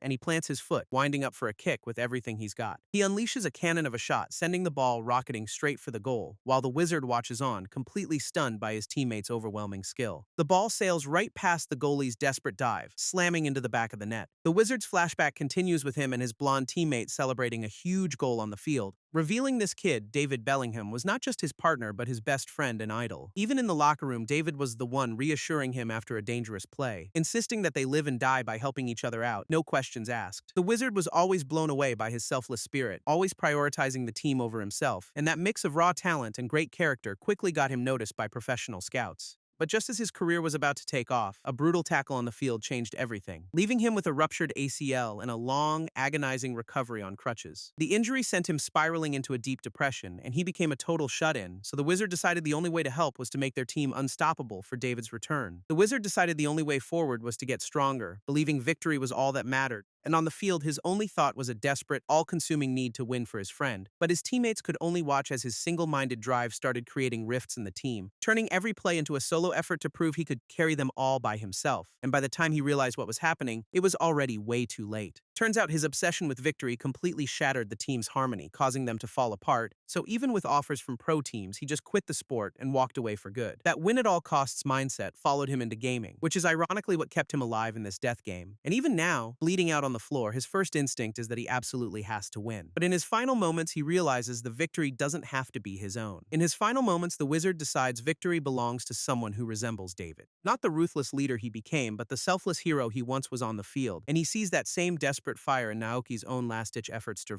survive. He realizes our boy is the one who can carry on that spirit of sacrifice. So with his dying breath, he puts all his faith in Naoki to finish this fight, passing the torch as his life finally fades away on the cold castle floor. The demoness just scoffs at his corpse, calling him a total disappointment, even sarcastically saying goodbye to Loki, twisting the knife one last time, only to get her monologue brutally interrupted by a fist to the jaw, because Naoki just blitzed across the room, landing a massive critical hit out of nowhere. The punch sends the demoness skidding across the floor, completely blindsided by the sudden assault, and even the dying wizard can't believe his eyes, wondering what just happened, because before anyone can react, dozens of blue portals suddenly rip open across the ceiling, and the entire Twilight Guild comes pouring out, dropping right into the middle of the fight. Turns out Naoki's HP-1 Peerless state state was just the signal for a full-blown counter-ambush, and one of the guild members immediately rushes to the wizard, relieved he's not dead yet. The demoness just watches, her whole execution plan falling apart in a matter of seconds, so she glares at Naoki, demanding to know how the hell he pulled this off so fast. But the real MVP of this play is revealed to be Rabiko, glowing with magical power, who just used her portal magic to turn Zell's trap into their own personal staging ground. Rabiko immediately takes a victory lap, soaking in all the glory for her big portal trick, and Naoki instantly kills the vibe, deadpanning she was cool for about 5 seconds until she spoke. She's way too hyped to care, gushing about how she's the protagonist who awakened in a crisis, but the demoness is not buying this whole awakening narrative for a single second, so Rabiko just tells her to butt out, getting right in her face with some newfound confidence. She calls it protagonist power, which triggers a flashback to a time she was completely isolated, a time when she was targeted by countless monsters and totally cut off from any help, her eyes wide with pure terror as she realized she was completely and utterly cornered. With no other options, she just turned and ran for her life like she always did, because back then she could only cry about being useless, always running away from every fight. But just as she's about to break down, a system window suddenly appears right in her face, and she looks up, completely confused by the unexpected notification during her crisis.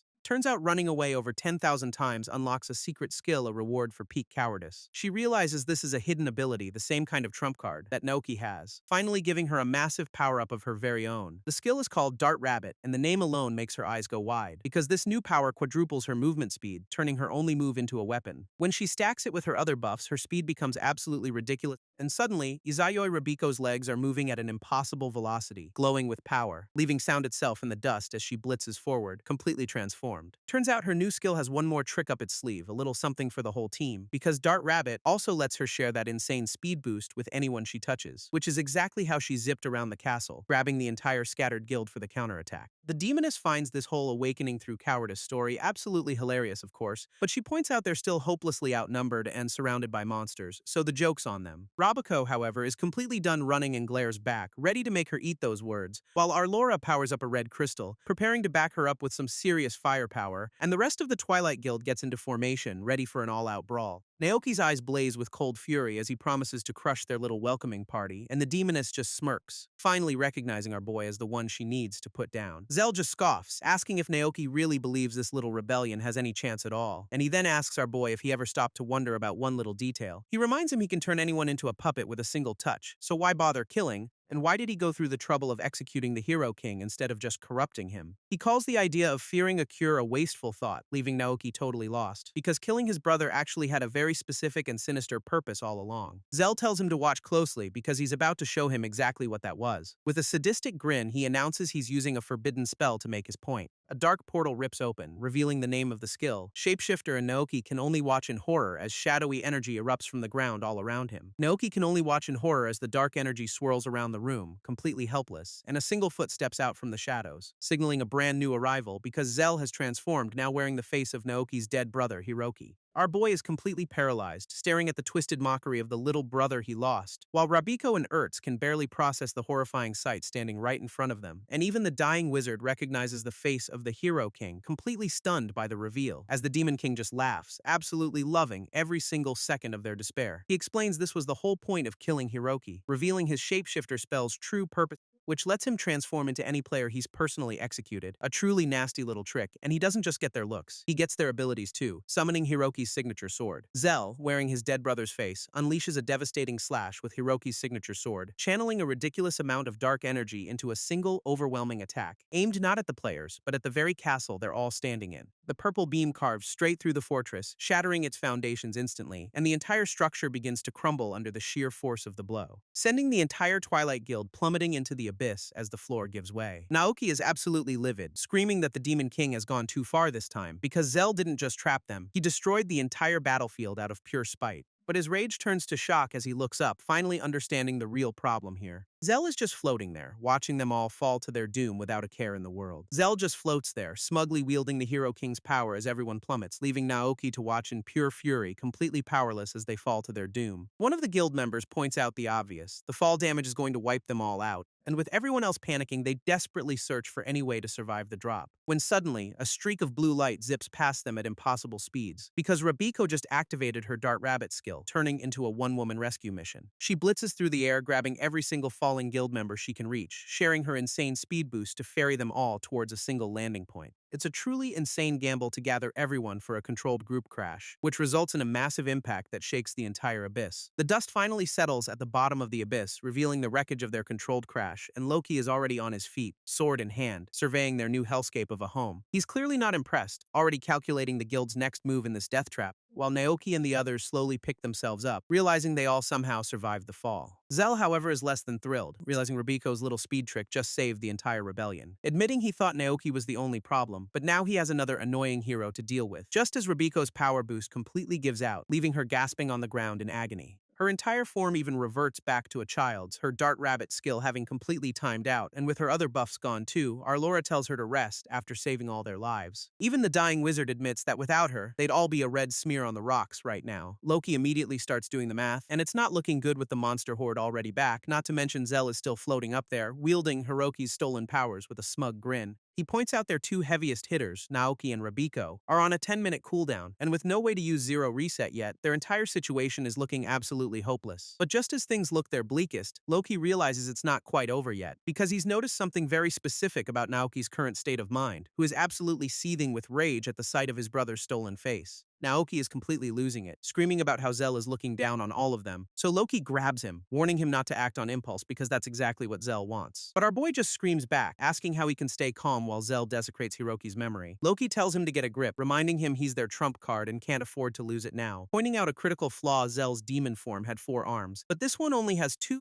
And as Naoki processes this, the gears in his head finally start turning again, because he realizes Zell is stuck using only the Hero King's abilities, not his own demonic powers. Loki confirms the theory, realizing this desperate situation might actually be a huge opportunity. Since Zell can't use his corruption skill, they can finally use Zero Reset without fear. But Naoki points out that even with just Hiroki's power, Zell still leveled an entire palace, leaving him completely overwhelmed by the impossible odds still stacked against them. So Ert steps forward, volunteering to hold off the Demon King so everyone else can escape. And when Naoki protests, she just turns back, knowing he'd do the exact same thing. Ertz tells Naoki to relax, reminding him she's the second highest level player in the whole guild. But Loki immediately questions her confidence, asking if she actually thinks she can win this, and she admits it's a long shot, but a chance is still a chance, however small it is. Her plan is simple. She'll buy time while Loki works on the cure and they wait for their cooldowns, leaving Rabiko to just watch her go, begging her not to die in this suicidal last stand. But Ertz just gives a small, reassuring smile, promising she'll be fine, of course. She thinks about how everyone protected her, vowing to use this life they saved for her. And with that, she charges straight at Zell, ready to face the Demon King all by herself. Zell, wearing Hiroki's face, just scoffs at her bravery, raising his stolen sword with a smirk, and he brings it down with overwhelming force, unleashing a massive explosion of dark energy. Naoki and the others can only watch in horror as Ertz steps up for her suicide mission, but Zell just smirks, calling her a small fry who doesn't know her place. He swings Hiroki's sword with enough force to split the ground, but Ertz dodges, cleanly leaving Zell standing there with that creepy corrupted core glowing in his chest. She stands her ground, completely unfazed by the overwhelming power gap between them, declaring it's finally her turn to protect everyone else after they saved her life. With that, she meets his next attack head-on, clashing her blade directly against his,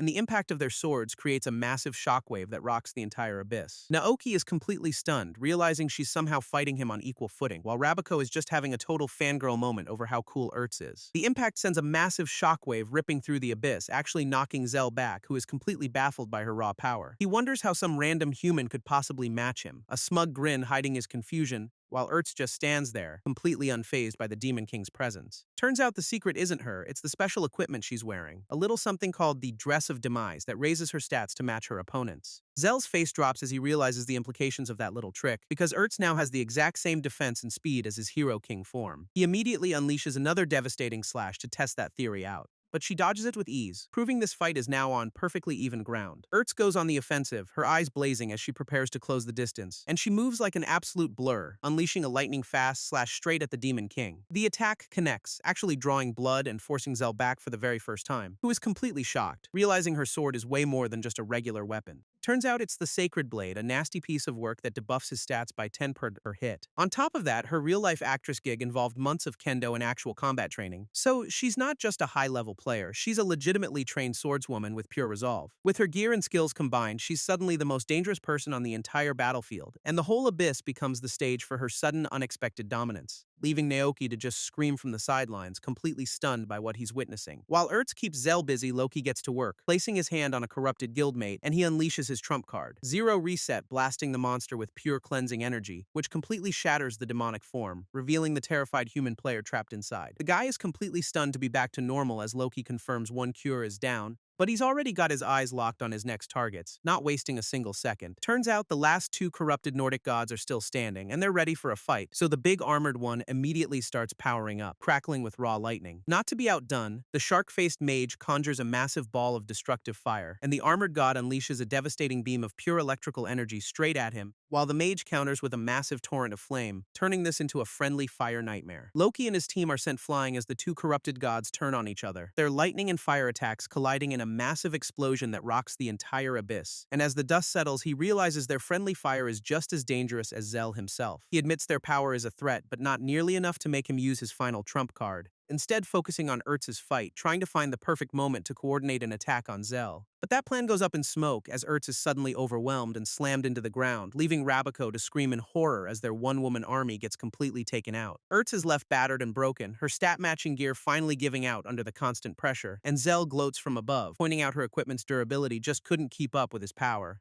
He then mocks her real-world skills, saying they're completely useless in a game where stats are everything. Even on the ground, Ertz spits that their levels of resolve are on completely different planets, but Zell just looks down, completely unimpressed by her little speech of defiance. He then glances over the entire guild, calling them a convenient pile of trash just waiting for him, admitting he was getting bored. So their rebellion is actually perfect timing for so he raises Heroki's sword, planning to erase every single one of them in one big attack, unleashing a ridiculous amount of lightning that threatens to vaporize the entire abyss. Loki immediately realizes this is bad, powering up a green counterspell with everything he's got, while Zell just screams for them to die, bringing down his absolute lightning to finish the job. But Loki unleashes his own trump card, a little something designed to freeze the enemy for 3 seconds. And just like that, Zell's ultimate attack grinds to a halt, leaving him completely unable to move. Zell screams for them to back off, trying to overpower the sudden resistance, but his ultimate attack is completely neutralized by a massive counterspell from below, and as the dust settles, he's left staring at the unexpected survivors. Turns out the two corrupted Nordic gods tank the hit, their bodies crackling with defensive magic,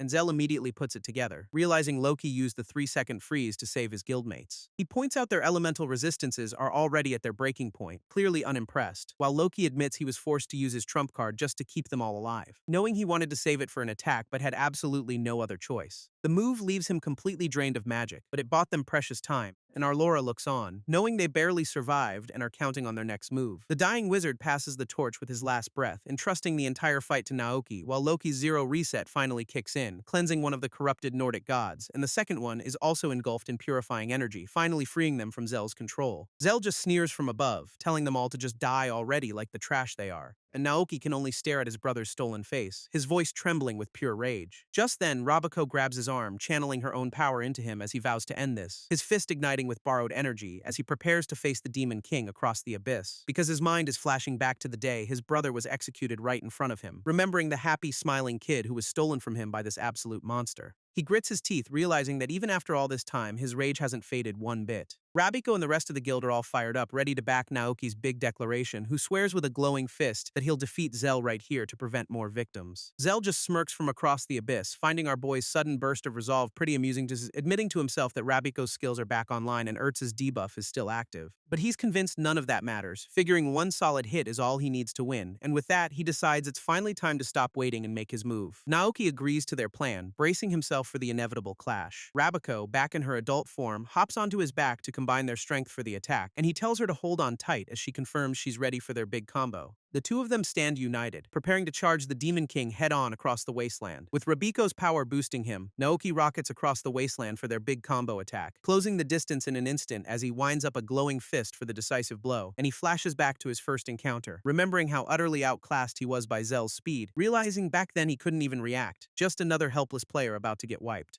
But now, with Rabiko's buff, he's confident he can finally outpace the Demon King for once. Unfortunately for him, Zell decides to interrupt this touching moment with a brand new trick because he suddenly transforms, his body morphing into a massive skeletal nightmare form, absorbing every single monster on the battlefield into his own body for a power-up, leaving Rabiko completely horrified as she realizes their one-on-one just became a raid boss fight, and Zell's new form is a swirling vortex of bones, a final boss upgrade nobody asked for. The guild just stares, completely floored that this nightmare somehow isn't over yet, but Zell's new raid boss form form promises it'll be over soon enough for all of them, of course. He towers over the entire battlefield, a monument to bad game design and pure spite, but Rabiko refuses to just roll over and die, her eyes blazing with sudden defiance. So she unleashes a massive spell, creating a series of glowing blue platforms in midair. It's just in time, too, as Zell's colossal hand comes crashing down to flatten them all, but her platforms become a high-speed escape route, letting the guild leap to safety. Even Loki is stunned by the sheer power of a single arm swing as they narrowly dodge the blow, while Zell just looks down, sarcastically complimenting how well they run away like flies. Deciding this whole chase is getting annoying, he starts charging a massive energy blast to end it for good. Zell's raid boss, Form, promises to make this next strike their last, charging up a massive beam, while Naoki can only scream in fury, completely powerless to stop the attack from so far away. With a final taunt, Zell unleashes the devastating energy blast straight at the guild below, just as a shadowy, demonic-looking arm materializes out of thin air, ready to intervene. Zell, completely confident, just keeps monologuing that Naoki's attacks are now a complete joke, telling him to sit back and watch as everyone he tried to protect gets vaporized. The beam itself is an overwhelming torrent of pure destruction, filling the entire abyss with light, and it's about to slam right into the helpless guild, leaving Naoki reaching out in desperation, when a mysterious blue star suddenly flares to life, signaling the arrival of a new player. In a flash, the entire blast is redirected, slamming harmlessly into the chasm wall instead. But before the blast can connect, a massive airship materializes right under them, catching everyone completely off guard. The entire guild finds themselves standing on its deck, totally baffled by their sudden mid-air rescue. Turns out they were scooped up just in time, narrowly avoiding a very messy end at the bottom of the abyss. A new group on the railing announces they're the Royal Guard of Elts, here to provide some much-needed backup. Rabiko is absolutely losing her mind with joy, while Loki is still trying to process the whole situation. He wonders how they were found, but Arlora reveals she sent a distress signal when they were first teleported. The Mohawk leader explains it was tough locating this pocket dimension, but they eventually found their way in.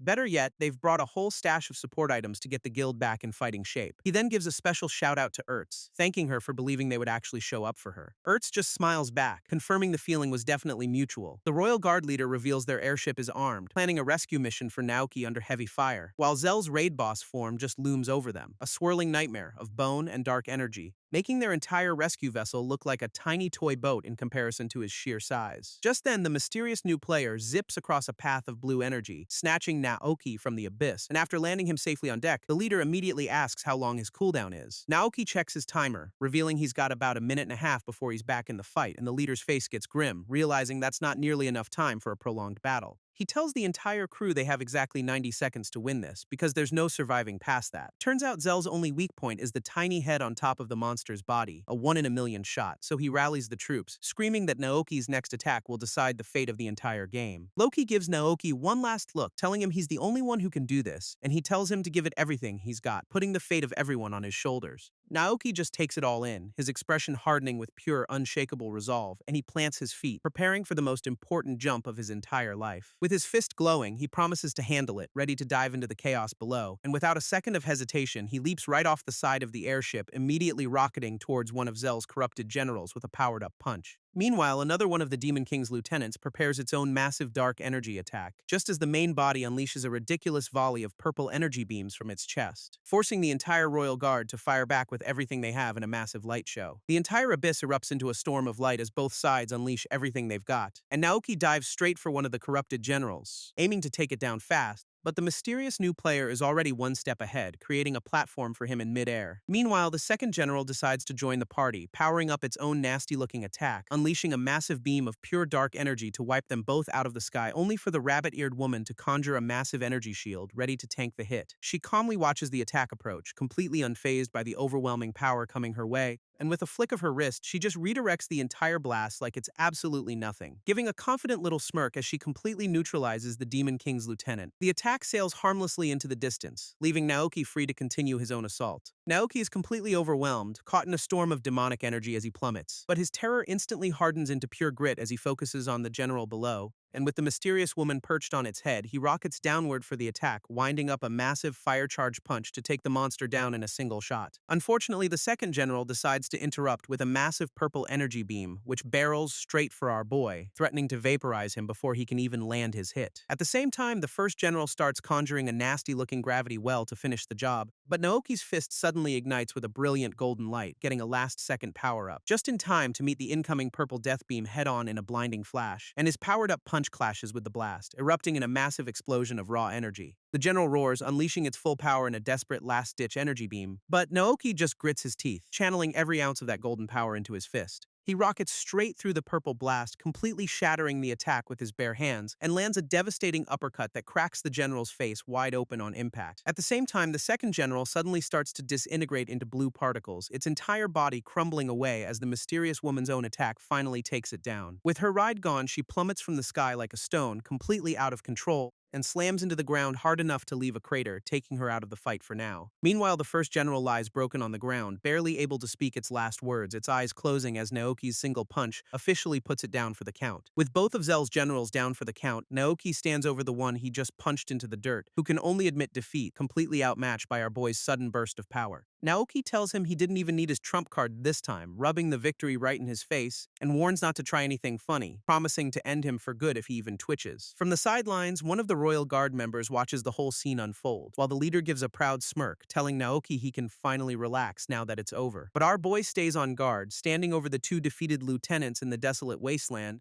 as the general insists he's completely out of tricks, with no more transformations left to pull. Of course, he immediately follows that up with a sly look, hinting he might be lying, and he asks Naoki if he's really got the guts to kill him, clearly trying to get under his skin. Naoki admits he's no saint and couldn't care less if the general dies right there, but as he clenches his fist, he reveals there's one line he absolutely will not cross, because his brother, the Hero King, would never have approved of killing a defeated enemy. So instead of finishing him off, he demands to know why the general fought so hard, questioning his insane determination to face down so many people completely on his own. The general just smirks from the ground, asking what good that answer would even do him, leading to a tense stare-down between the two exhausted fighters in the wasteland, until the general finally admits his entire motivation was just pure, unadulterated rage. He explains he was always an outcast, treated like a toy by the social elite, and the only place he ever found any real refuge was inside this very game. He explains how the popular kids eventually invaded his only sanctuary, acting like they owned the whole game, admitting he hated them with every fiber of his being for ruining his one escape from reality. But just as he's about to name his ultimate target, a blue arrow of light pierces him through the head, leaving Naoki completely stunned by the sudden, brutal execution from an unknown attacker, and even the other defeated general can only stare in wide-eyed shock at the unexpected turn of events. As the first lieutenant disintegrates into blue particles, someone on the airship suddenly screams Zell's name, prompting the rest of the Royal Guard to wonder if the Demon King just pulled another dirty trick. The leader, however, watching through his binoculars, realizes something far more shocking is happening down there. Because it wasn't just the general who dyed Zell's entire raid boss form just got completely vaporized. The crew is left absolutely reeling, trying to figure out who just sniped the final boss of the game. The Royal Guard is completely baffled, since the final boss just got deleted without anyone even drawing a sword, and their leader immediately recognizes this was an attack from a completely external source, concluding it wasn't just a kill, it was a deliberate silencing to shut the general up for good. Meanwhile, a mysterious new player watches the whole aftermath on a screen, focusing on Naoki, and this shadowy figure seems pretty intrigued by the whole turn of events. The scene then shifts from that hellish abyss back to the real world, where the rescue airship is now flying peacefully over some green mountains. On deck, the mysterious rabbit-eared woman who helped Naoki finally starts to wake up, much to the absolute relief of Arlora and the rest of the crew watching over her, and Arlora immediately pulls her into a hug, just thankful she's conscious after taking that nasty fall.